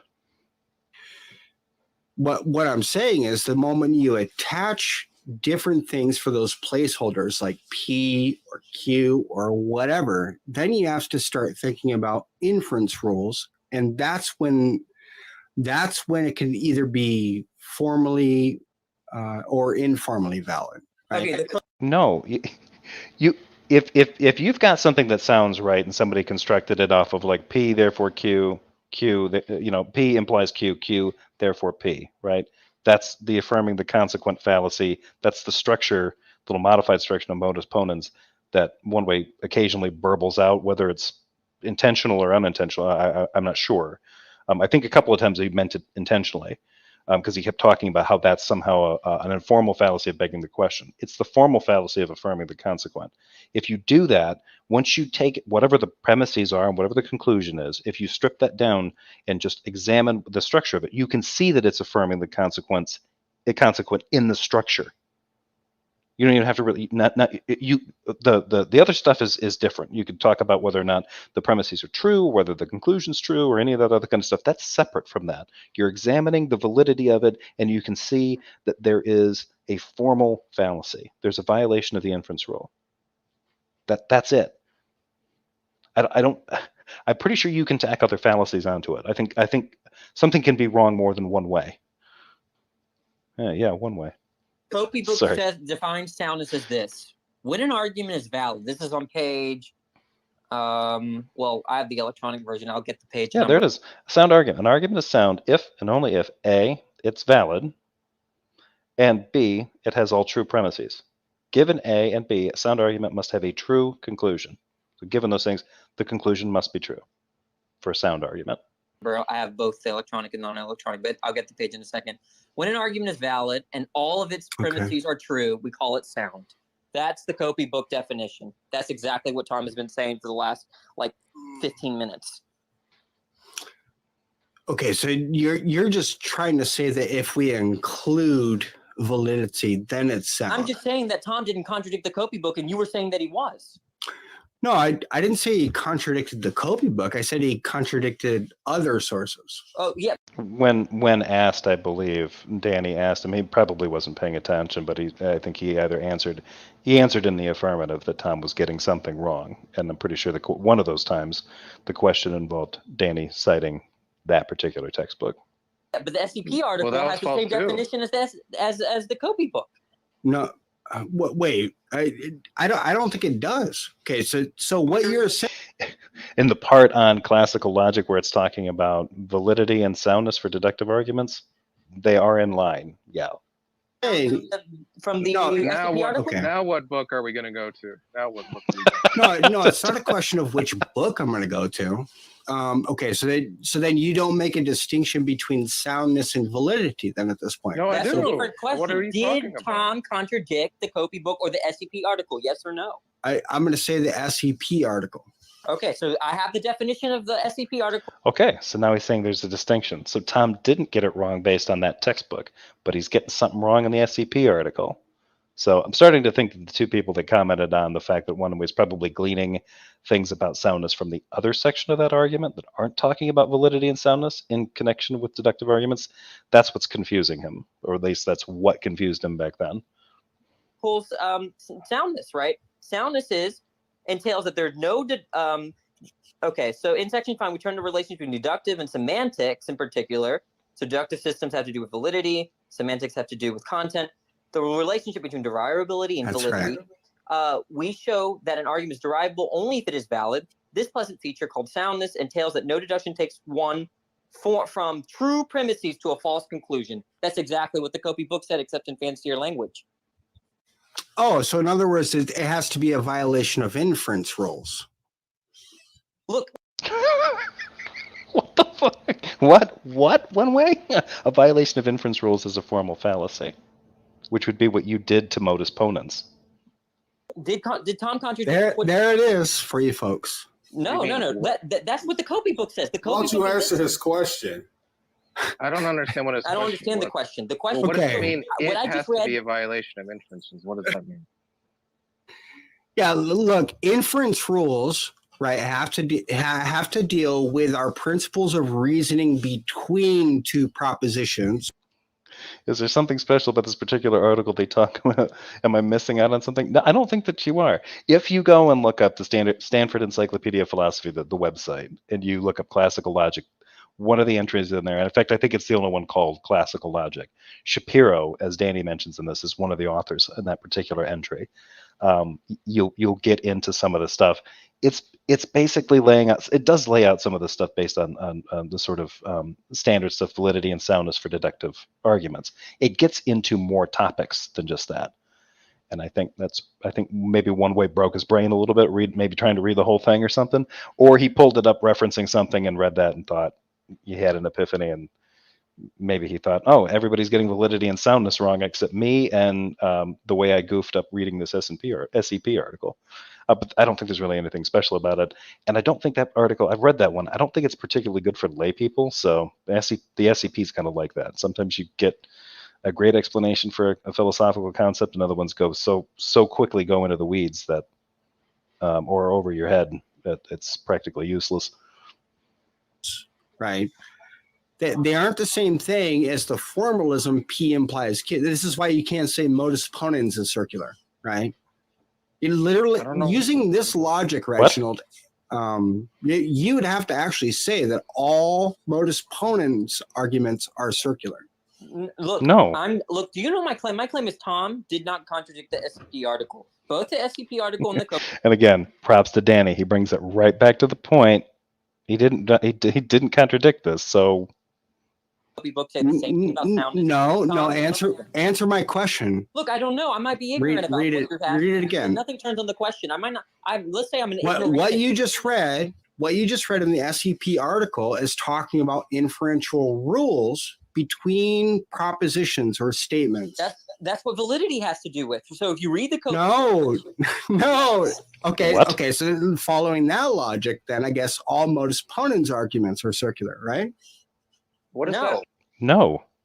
The only person that's talked themselves into thinking modus ponens is always circular is one way. No one else in this discussion seems to be following anything like what he's talking about. I don't know what that has to do with anything. Right. Look, well, nothing in the SCP article or what you're saying when they talk about soundness has to do with false. They don't include inference rules, right? So I don't know where you're getting that. Also, I think you're just talking about validity when you're doing that, but you're saying that you're not. That doesn't matter. No. Okay, listen to my demarcation again. Is what the Copy book is saying. Okay, let me ask you this simple question. Is this a valid syllogism? P implies Q, right? I don't want to change the Q, therefore P. No, because it's affirming the consequent. It's a formal fallacy. That is not valid. That a valid syllogism. Wow, I might be an ignoramus about logic. Let's just take it. Let's say I don't know. The point is that the words Reginald. The point is that the words that came out of Tom's mouth. Look, I'm not going to continue to talk to you if you just say, fuck you. You're changing the subject. Look, I might be a lot. No.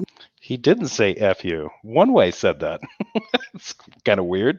No, I'm actually sticking to your very objection, and I asked you about. Look, if I gave you this argument, right? P implies Q, P therefore Q, right? That's modus ponens. That is valid. What would you say that is valid? Yes, that's modus ponens. That's a valid inference rule. Valid syllogistic format. Let's just say that I'm ignorant about logic. I don't know anything. I think it's interesting that Danny doesn't argue this. He's like, okay, let's just say that I'm wrong about whatever else, anything that you're trying to lay out logically here. He's trying to get him to get back into focusing on the fact that he accused Tom Rabbit of getting this wrong, of getting the definition of validity and soundness wrong, per the SCP article and per that textbook. One way he's already conceded ground on the textbook. So now we're just back to the SEP thing, which Danny read, and one way is not letting that go. He wants Danny to take this bait on this, but he's not being like the way he asked the question before. That wasn't valid because that was the P there implies Q, therefore P. That one isn't valid. That's not modus ponens. And then he presents modus ponens. That one is valid. So I'm not sure what he's looking to do. He just wants to see if Danny will identify them correctly. But given that he thinks that, well, I don't even know what one way thinks in terms of validity and soundness anymore. Oh my God! Excuse me, sir. Yeah, what are you talking about? All my claim is that the word Is that a valid syllogistic format? I'm identified as modus ponens? I'm ignorant about logic, so let me just tell you what I do know, though. As far as words modus that came out ponens of Tom's concerned, mouth, P is Q, the words that and came out therefore of Q Tom's could mouth, be P. excuse me, the words that came out of Tom's mouth did not contradict Shapiro article, nor did No, they did actually.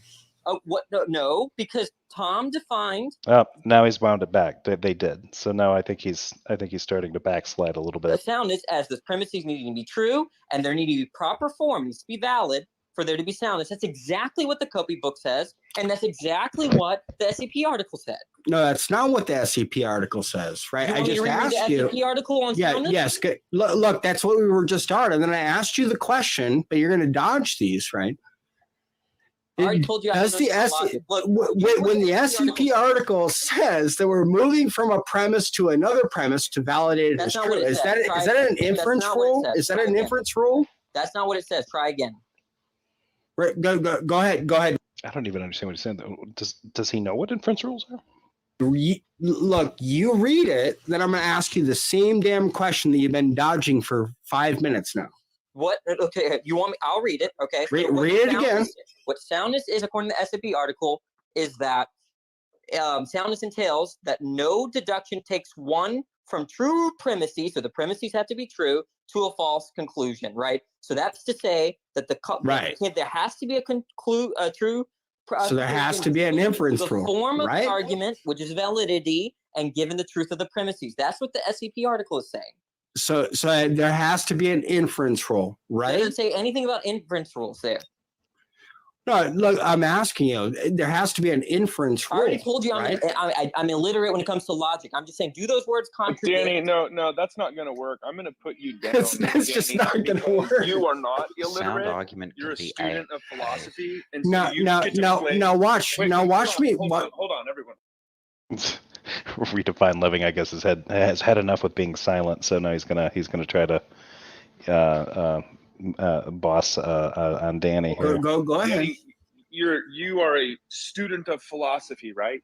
So you don't get to play ignorant. If you're going to not answer the question, then I'm going to just put you back down. Well, okay, that's bullshit, because if you're having a conversation with somebody who's you can tell they're steering the conversation in different directions, and you want them to focus on the original point, right? There's nothing wrong with what Danny did. What one way is trying to do is like trying to get him to talk about this weird, like, I want you to tell me whether or not, I'm going to lay out modus ponens. Is it valid? I'm going to lay out this twisted one that's not modus ponens. It's affirming the consequent. Lay that out. Is that valid? Like, there's no reason for it. I don't know why he's talking about that. Like, one way seems to be chasing this thing. Like, if I can show that if you do this and there's an informal fallacy in it, I can identify that would be an informal fallacy if you added these things to P and Q. Then somehow, informal fallacies have something to do with the inference rule. Like, no,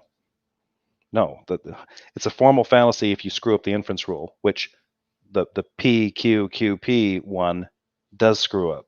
Modus ponens is an inference rule. That's a formal fallacy.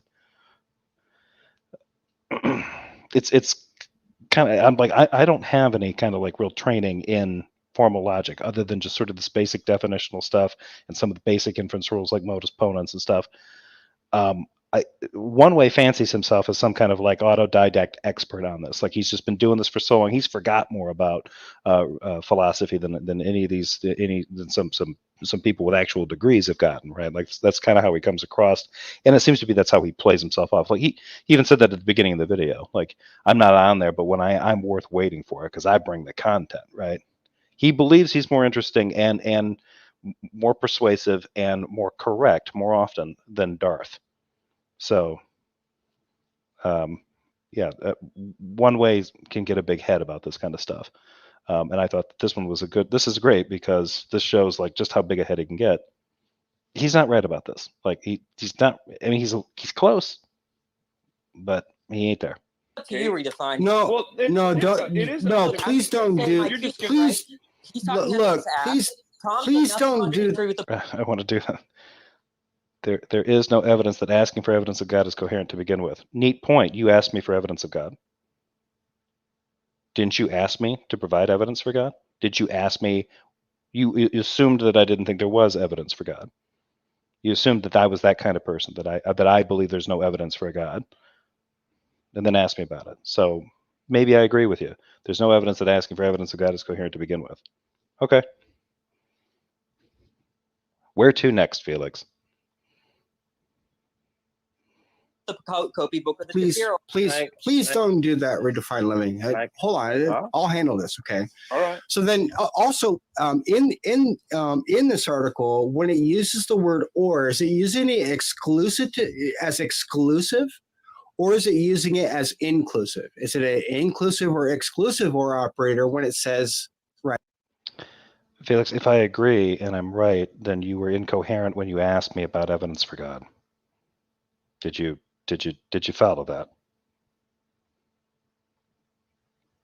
Right, and it has to be valid. It doesn't say that. It says that entails there's no deduction takes. Right. So you're just reading into the language No, I that read it it. must I read be right, it entails that there inclusive no rather than deduction takes exclusive. one from true premises to a false conclusion. Right. Is that an inclusive or an exclusive or that he's There's no using or in there? that statement. Do you want me to reread it for you? Right. Yeah, yes. Go ahead and read it. Yeah, this pleasant feature called soundness. That stuff right there, he's starting to get into semantics. When one way gets cornered, he'll try to get into like a philosophy of language stuff where he'll just start twisting the definitions of everything. When it gets to that point, there really is no point in talking to him anymore. I mean, at this point, I'm surprised Danny spent as much time talking with him as he did. Entails that no deduction takes one from true premises to a false conclusion. The word or doesn't show up there. No, continue reading it. So no direction rights. Jeff, he gets the content aspect wrong as well. I thought he did because I thought he was being not clear with that. Informal fallacies arise as a problem with ordinary language that makes it both errors in either content or context. Yeah, I think that's that's a good way to think about it. Okay. Thus, deductions preserve truth value. Right. Then we establish a converse called completeness, that an argument is valid only if it is derivable. This shows that deduction system. You see that, Tonla? There's nothing there. There's not even the word error. Did you see that, folks? One way after all this time, after talking for 44 minutes with Josh, Tom Rabbit, and Danny actually has some schooling in philosophy. And so he's reading him the SEP. And did you see that? Tone couldn't find this article after people told him over half a dozen times what it was, where it was, and who wrote it. And one way is appealing to him. You see, did you see there? I think Danny stepped in it. Like Tone doesn't know. Don't appeal to that guy. He doesn't know. Tone's just thinking about how blue his balls are. So sorry. Sorry. Or there anyways. Where are you Did you catch that, Tonla? Speaking of reading into the text, you're reading an or into the text. Nowhere did I say there was the word or. I mean, Guys, I don't understand what you guys are doing. It's a good thing this is recorded, but go ahead. It's a good thing this is recorded. I wonder if it's going to stay like that. The or suddenly dropped. Anyways, what would be the problem with it? Let's assume the whole thing is true on your guys' side. So, okay, so then now what? That's safe to say, since that's the established definition of validity and soundness. Like just in a nutshell. I mean, now what? So then Tom did not contradict the sources that you mentioned, the Copy book and the Shapiro article. Yeah, which is how this whole thing started out, because what really threw them off was that Tom comes in there, agrees with Josh. One Way starts scoffing at him, and then starts telling him things that start to line up, and they don't sound much different than what Tom Rabbit's saying. But Tom deserved to be laughed at derisively. That's how this started, at least with Tom, right? And Tom's like, no, some of the stuff that Josh said, I think he's right, and he's not violating. He's not getting the definition from the SEP wrong. The stuff that One Way was saying that the SEP said about validity and soundness isn't there. At least it's not there in terms of what it's talking about, like deductive arguments. To be totally fair. Okay, great, great. So then, where do we go from there? I'll tell you now what. When you said that my notion of soundness is not consistent with the SCP, that's wrong. When you said that my notion of soundness is incorrect, not consistent with the second literature that you mentioned, that's wrong. When you told Josh when he came in this room that he was wrong, you mocked, laughed at him, and kicked him off the stage. That was wrong. When you told me that I was wrong, hold on. I didn't kick him off the stage. In fact, I said I don't know how to kick somebody off on the stage, right? But I'm not going to talk to him anymore. You made a. He doesn't have any mod power, so how can he kick someone else? And the only thing that was stopping you was Tom Rabbit. Do you acknowledge at least that's a problem, right? I can't, and I didn't kick anybody off the stage. In fact, what I said was, I'm not going to continue to engage in this conversation. And I said, I don't know how to kick. Literature that you mentioned, that's wrong. When you told Josh when he came in this room that he was wrong, you mocked, laughed at him, and kicked him off the stage. That was wrong. When you told me that I was wrong, hold on. I didn't kick him off the stage. In fact, and it's totally true. One Way did not kick him off the stage. He asked Tone to do it, and Tone did. In fact, I said I don't know how to kick somebody off on the stage, right? Right before you told Tone to ask Tone to do it. You asked, how do you get rid of this? I don't know how to get rid of this numbskull. How do you boot him? But I'm not going to talk to him. You made a. He doesn't have any mod power, so how can he kick someone else? And Tom just said that. You made a declarative command to have him kicked off stage, which is true. Tone and One Way don't admit to this, I don't think. The only thing that was stopping you was Tom Rabbit. Do you acknowledge at least that's a problem, right? Why is that a problem? Tom has just said if One Way had he's laying it out. If One Way had mouth powers, then he would have kicked Josh himself. The only reason he didn't kick Josh was because he doesn't have mod powers and he didn't know how to do it in Clubhouse, and he asked Tone to. In fact, he asked, "How do can you get rid of this R word?" I think was the word that was the way that he asked, and Tone obliged. I can't, and I didn't kick anybody off the stage. In fact, what I said was, I'm not going to continue to engage in this conversation, and I have no idea how to kick somebody off the stage. And that is a mischaracterization of how you said that, because you didn't say the first sentence at all. You said, I don't know how to get rid of this guy. Can we get rid of this numbskull? Can you kick this retard? That was how it went down. Now One Way is completely painting a difference. Like, no, what actually was like, I was thinking about, I don't want to engage in this conversation. And you know what? I can't even get rid of this guy. You asked Tone Loc to dump him. One Way. This is the kind of shit that this guy does. He's a passive aggressive loser. That's when I moved him off the stage. There you go. Okay, so that's cleared up. Let's move forward. I don't recall him making any command to remove anybody. I think he just said, well, I'm not going to engage with you any further, and then redefine remove to himself. I don't even know how to remove this numbskull. Could you do that, Tom Loc? He's a retard. Yeah, so you removed him for being correct. He's correct. I removed him because it was over. So I didn't want to remove him. I'm not going to continue to talk to somebody who denies basic philosophical categories. But the rest of academia. You refused to talk to someone who was correct. No,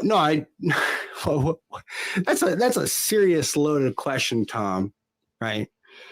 Which SCP article? Look, that about sums it up, though.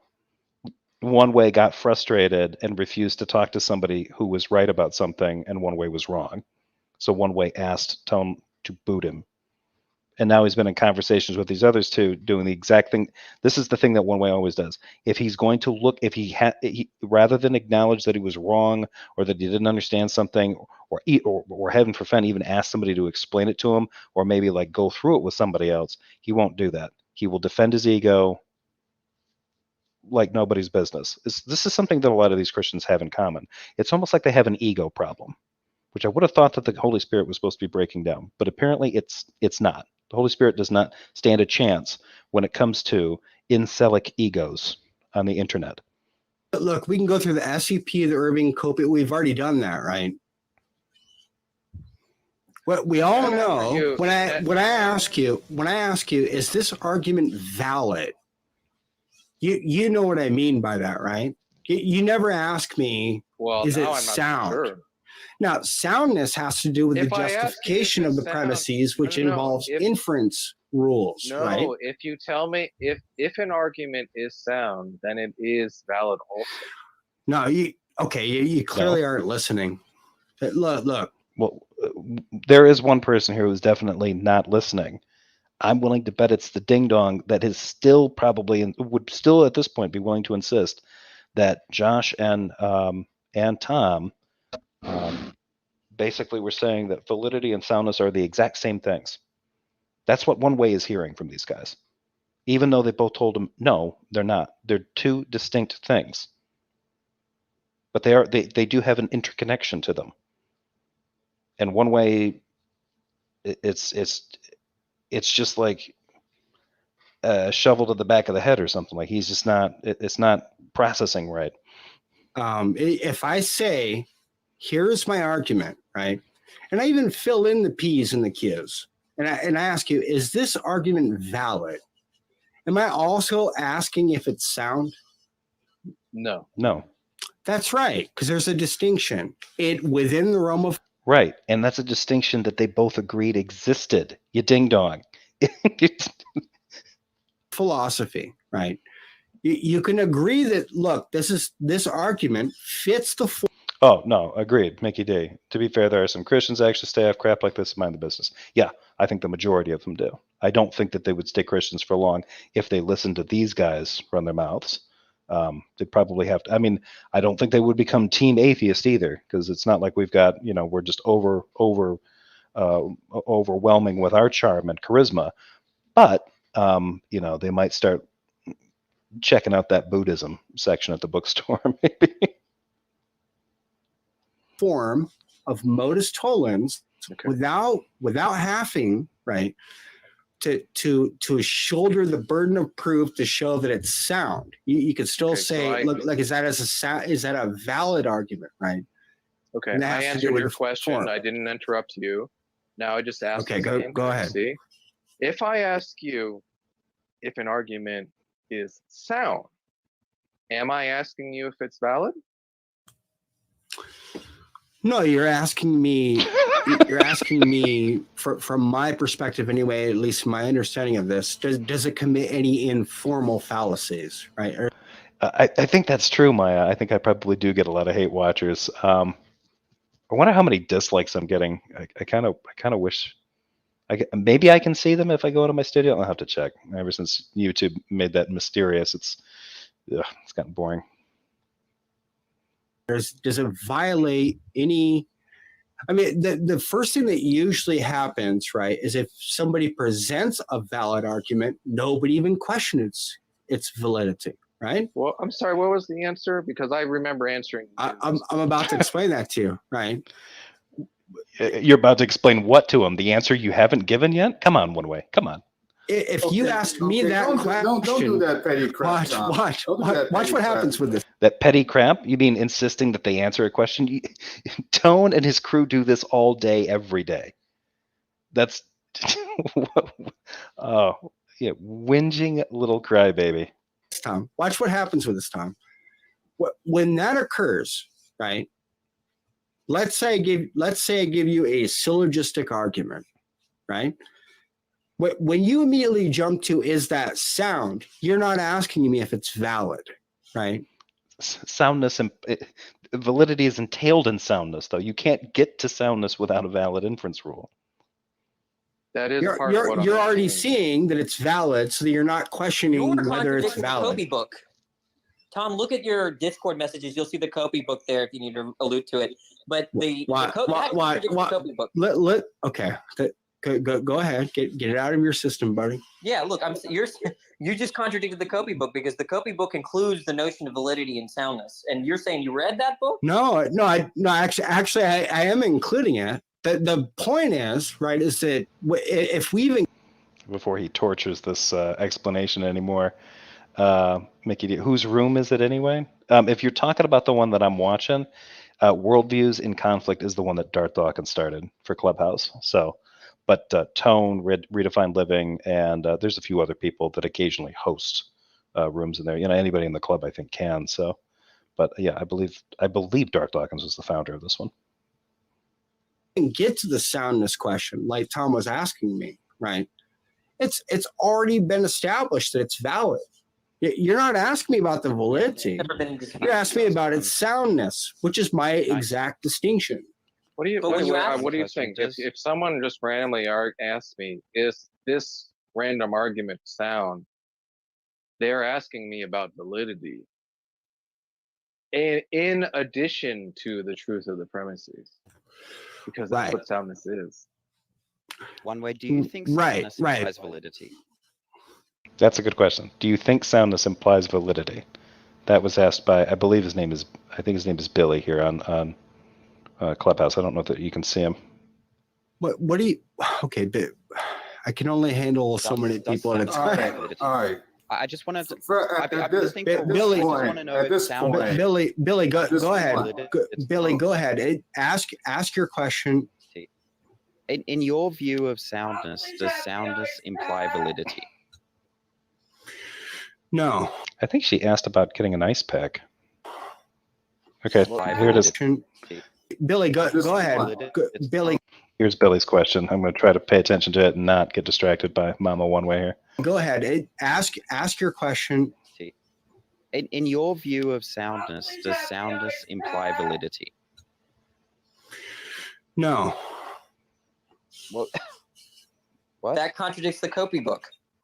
Soundness doesn't imply validity. No, what I'm saying when I say implies, I'm not using necessity to consequentia, right? Oh my I God. would agree. I would agree that it entails, right, necessity to consequentia as a necessity of the consequent. I just don't think it entails. I just don't think that it entails, right, as the antecedent, like the necessary condition for that. Do you know what you're talking about right now? Danny asked the best question. Do you know what you're talking about right now? No, One Way doesn't know what he's talking about, I don't think, because that doesn't really follow from the problem there. Like, because if what he's saying is true, then that means, and here's the problem with this. If he's just doing a long-winded way of trying to say, like, you could have true things being said in a poor way, in a bad argument, that's not valid. That's true.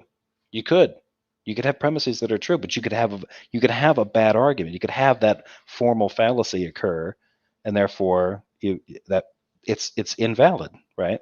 But there's truths in it, but it's not going to be a sound argument. It doesn't matter that some of the content in it is true. In order to be a sound argument, it has to hit those two criteria. It has to be valid. The argument has to be valid. The inference rule has to hold, and the premises are true. And the conclusion from those premises, the conclusion is necessary. It must follow. Right? It's impossible for it to be false. Whatever he's doing here is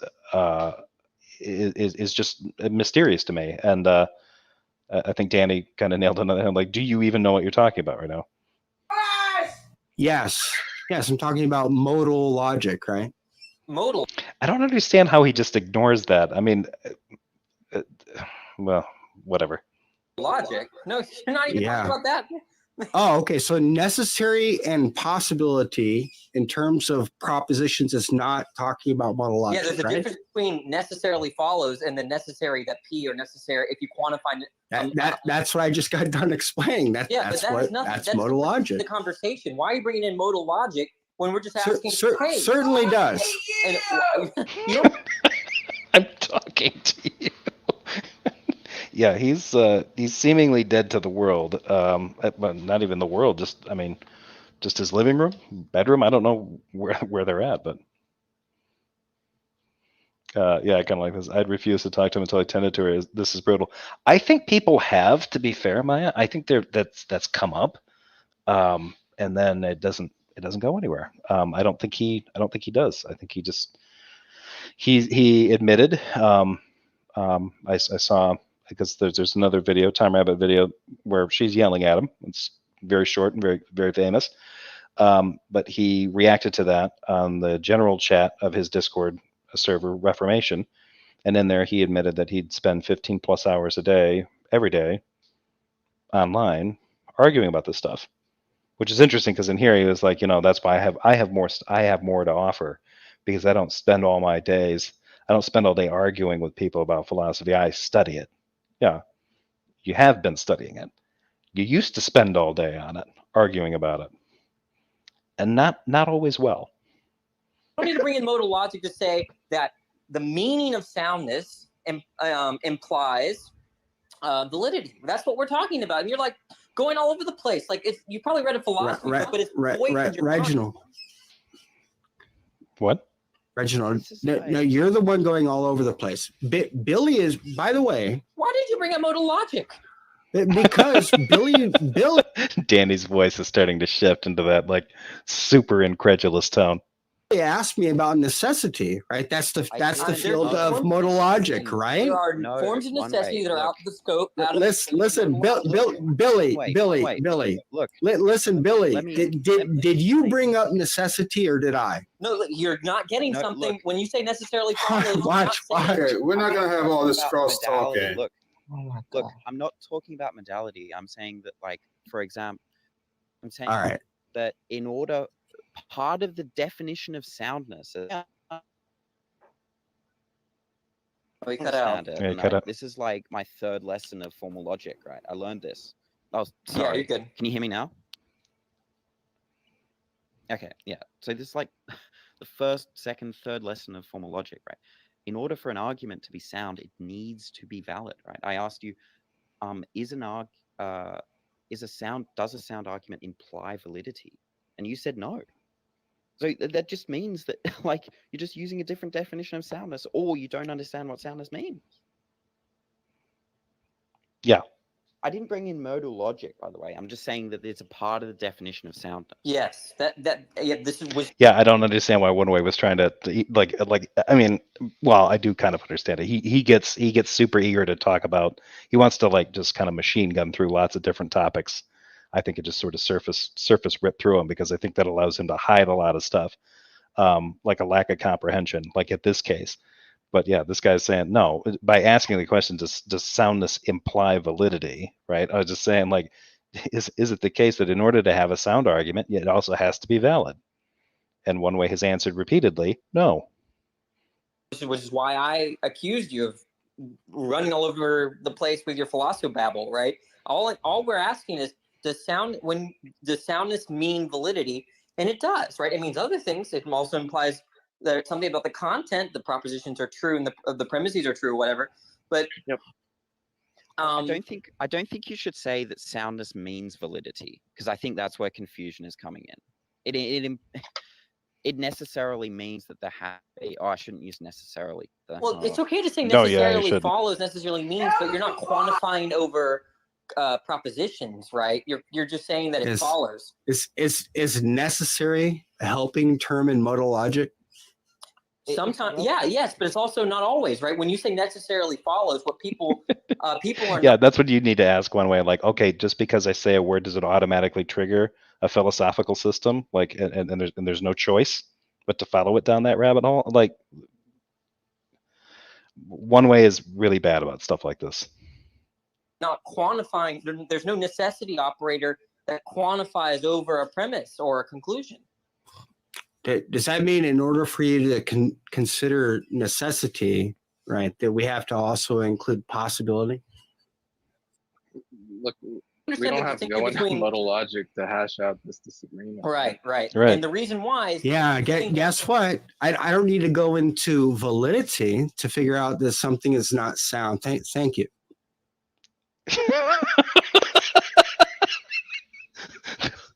But okay. Bringing up the fact that getting into modal logic is not necessary when we're talking about properties of deductive arguments like validity and soundness is not the same thing as saying, well, when I talk about soundness, I don't have to talk about validity when we're talking about deductive arguments. Unfortunately, according to the definitions, that one way brought up first, the SEP, at least portion of the SEP, and the textbook that he brought up that Danny cited and read from, you do. Validity, you do have to talk about validity when you're talking about soundness, because in order for an argument to be sound, it has to be valid too. So validity is a component of soundness. So if you're going to try and determine whether or not something is sound, you necessarily have to hash out whether or not. Not at all. Not at all. What? Felix Rodriguez writes, Jefferson, for an argument to be good, it needs to be both sound and valid, and not just sound. Get him, folks. Get him. I don't mean time him out. I mean descend upon him. Oh, Felix, you numpty. If you show that premise one in a valid argument is false, then the argument's not sound. But the argument may still be valid, right? No, look. It's unnecessary, right? You could get Tom Rabbit could give me an argument right now in a syllogistic form, right? But one And, way. and I could just refute the inference rules and not even care about the validity, right? The formal. If you were going after the inference rules, you'd be dismantling the validity. You wouldn't have to pay attention to the context of what's in the premises or the content of them. He's still getting this wrong. Structure of the argument. Refuting the inference rules, that's refuting the validity. If you show that the inference doesn't necessitate the conclusion, you are refuting validity. So No, not at all. Not at all. Oh my god. Oh my god. Oh, yes. Not. To be fair, I watched this when, like, after it first came out, and I'm still reacting to this. This is painful to watch. Really painful. Not at all. Okay, are you saying that entails what? Okay, then what is an informal fallacy? Are you just trolling? Like, It's regards to the content. Yeah, I love Billy's reaction. Is he just trolling? Like, yeah, it's a little hard to believe, but yeah, no, I think he's being serious. At least he was being serious at the time this discussion was happening. regarding content, not the form, the abstract form of the argument, right? We're literally going full circle to what I said at the beginning right now. But Which you is might what? have an argument that's begging the question, right? But that begging the question argument might still be sound. But, okay, do you mean potential? Okay, let's work with this. So yeah, Billy's putting out there, yeah, you could have a sound argument that's begging the question. It has an informal fallacy in it. It's sound. So, Billy, I'm going to ask you the same question that I asked Tom. Does P imply Q? P therefore Q, right? That's modus ponens. This typical Again, modus ponens argument is that question begging? that's not really an argument when you're putting it that way. That's the inference rule. That's the structure. That's the structure of an argument, potentially, right? If it's in that structure, it's modus ponens. That's a valid inference rule. It would be valid if it was in that structure. No. Why? Why not? Yeah, there's no sorry, one sec. Tom, Discord DMs. All right, I'm coming. Okay. Sorry, I got to go in like 1 minute. So it's sorry, what was the question? Is it question begging? See how this happens. There's no P implies Q. Oh, look, I'm trying to answer the question. It's not question begging. Go ahead. Because Q doesn't appear in any of the premises, so it's not question begging. No, it actually does, right? Premise one, P implies I gotta go, but like, oh my. Yeah. It's not question.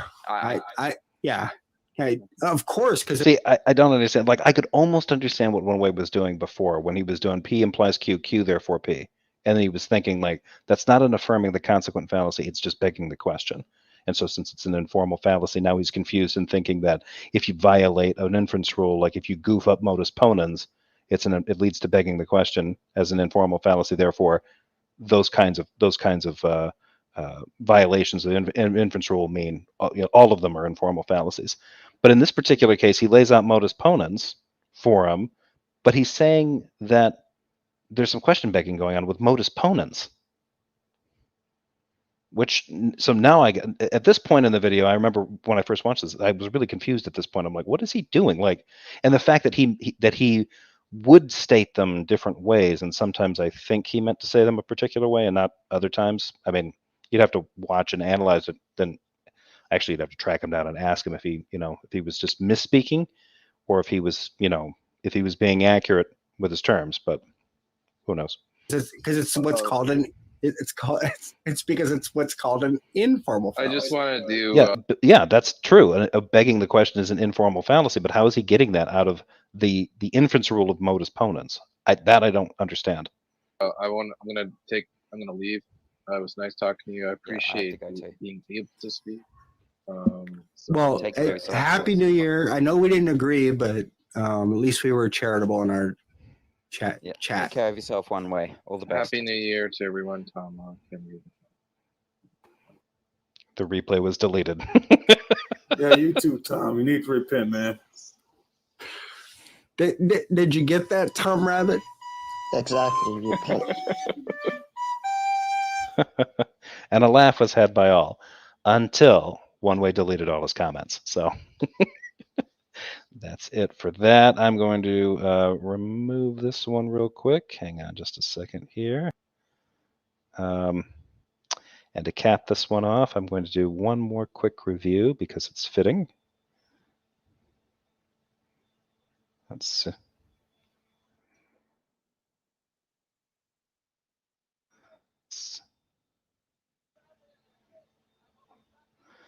bear with me, folks.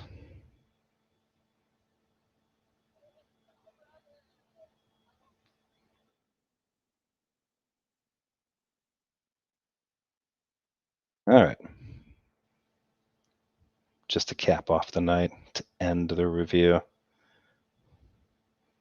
I don't know that this one really needs any introduction, so we're just going to play through this one normal speed because she deserves it. And by she, I think you all know who I mean. One Way's wife, unexpected white knight. She shows up in another, I think this is another conversation they had later on. She's defending Tom Rabbit while One Way is running him down. Here we go. Out there, Tom Rabbit likes to record these. Hey, Tom Rabbit. Look, I understand why that's entertaining to people on the internet, okay? But look, was I not focused on the top? No, you were focused, and so was Michael. But here's the issue, okay? I mean, it was to the point where, like, John, it's gonna be entertaining. It's like a part 2 for Tom Rabbit. Do you want that? John. No, John. Now, I will put into context with this one. How does atheism differ from a lobotomy patient? This was absolutely ridiculous. This one I was actually on. This was goofy. I joined in on this one. I think this was last week. I jumped in earlier, and I think this was one of those ones, old school. One Way that'd been up for hours throughout the night on Clubhouse, back into his old habits, talking about this. And I believe this probably happened after I was on, so it would have been later in the morning. I think when I checked in with him, it was well before I started my work day. It would have been like 6:30 in the morning. And when I jumped in there, I don't know if Danny was in there or someone else. There were a couple of people that I remembered. But as you can see, that owl-looking thing with the crown, that's Smokey Saint. So, yeah, I do have a few things to say about this, but for the most part, I'm going to play this one straight through. Look, I don't care about Tom Rabbit. He's a dumb pothead retard. Okay. You were a pothead. Yes, yes. Wow. Watch. yes, I did smoke pot. Right. I was a pothead. And I stopped smoking that since like 2000. Smoking it, you damn liar! Wow. See? Amazing. That is incredible. That is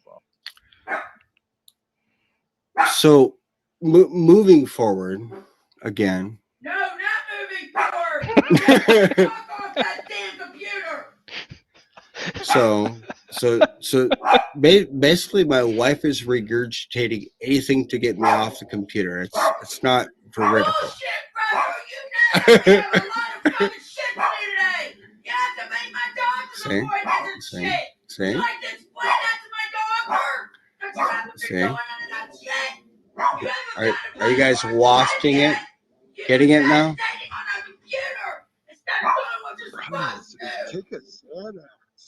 Yes, it's amazing. Wow. So where was I? Where was I?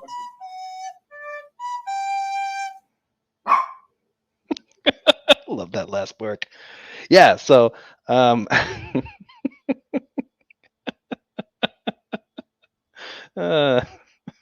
yeah. So I laugh because I'm also team Mama one way, but also because this little thing became a little bit of a drama, I think, for Tom. I'm not gonna get into it too much. I don't know too much behind the scenes stuff for the most part. I don't think it's that big a deal.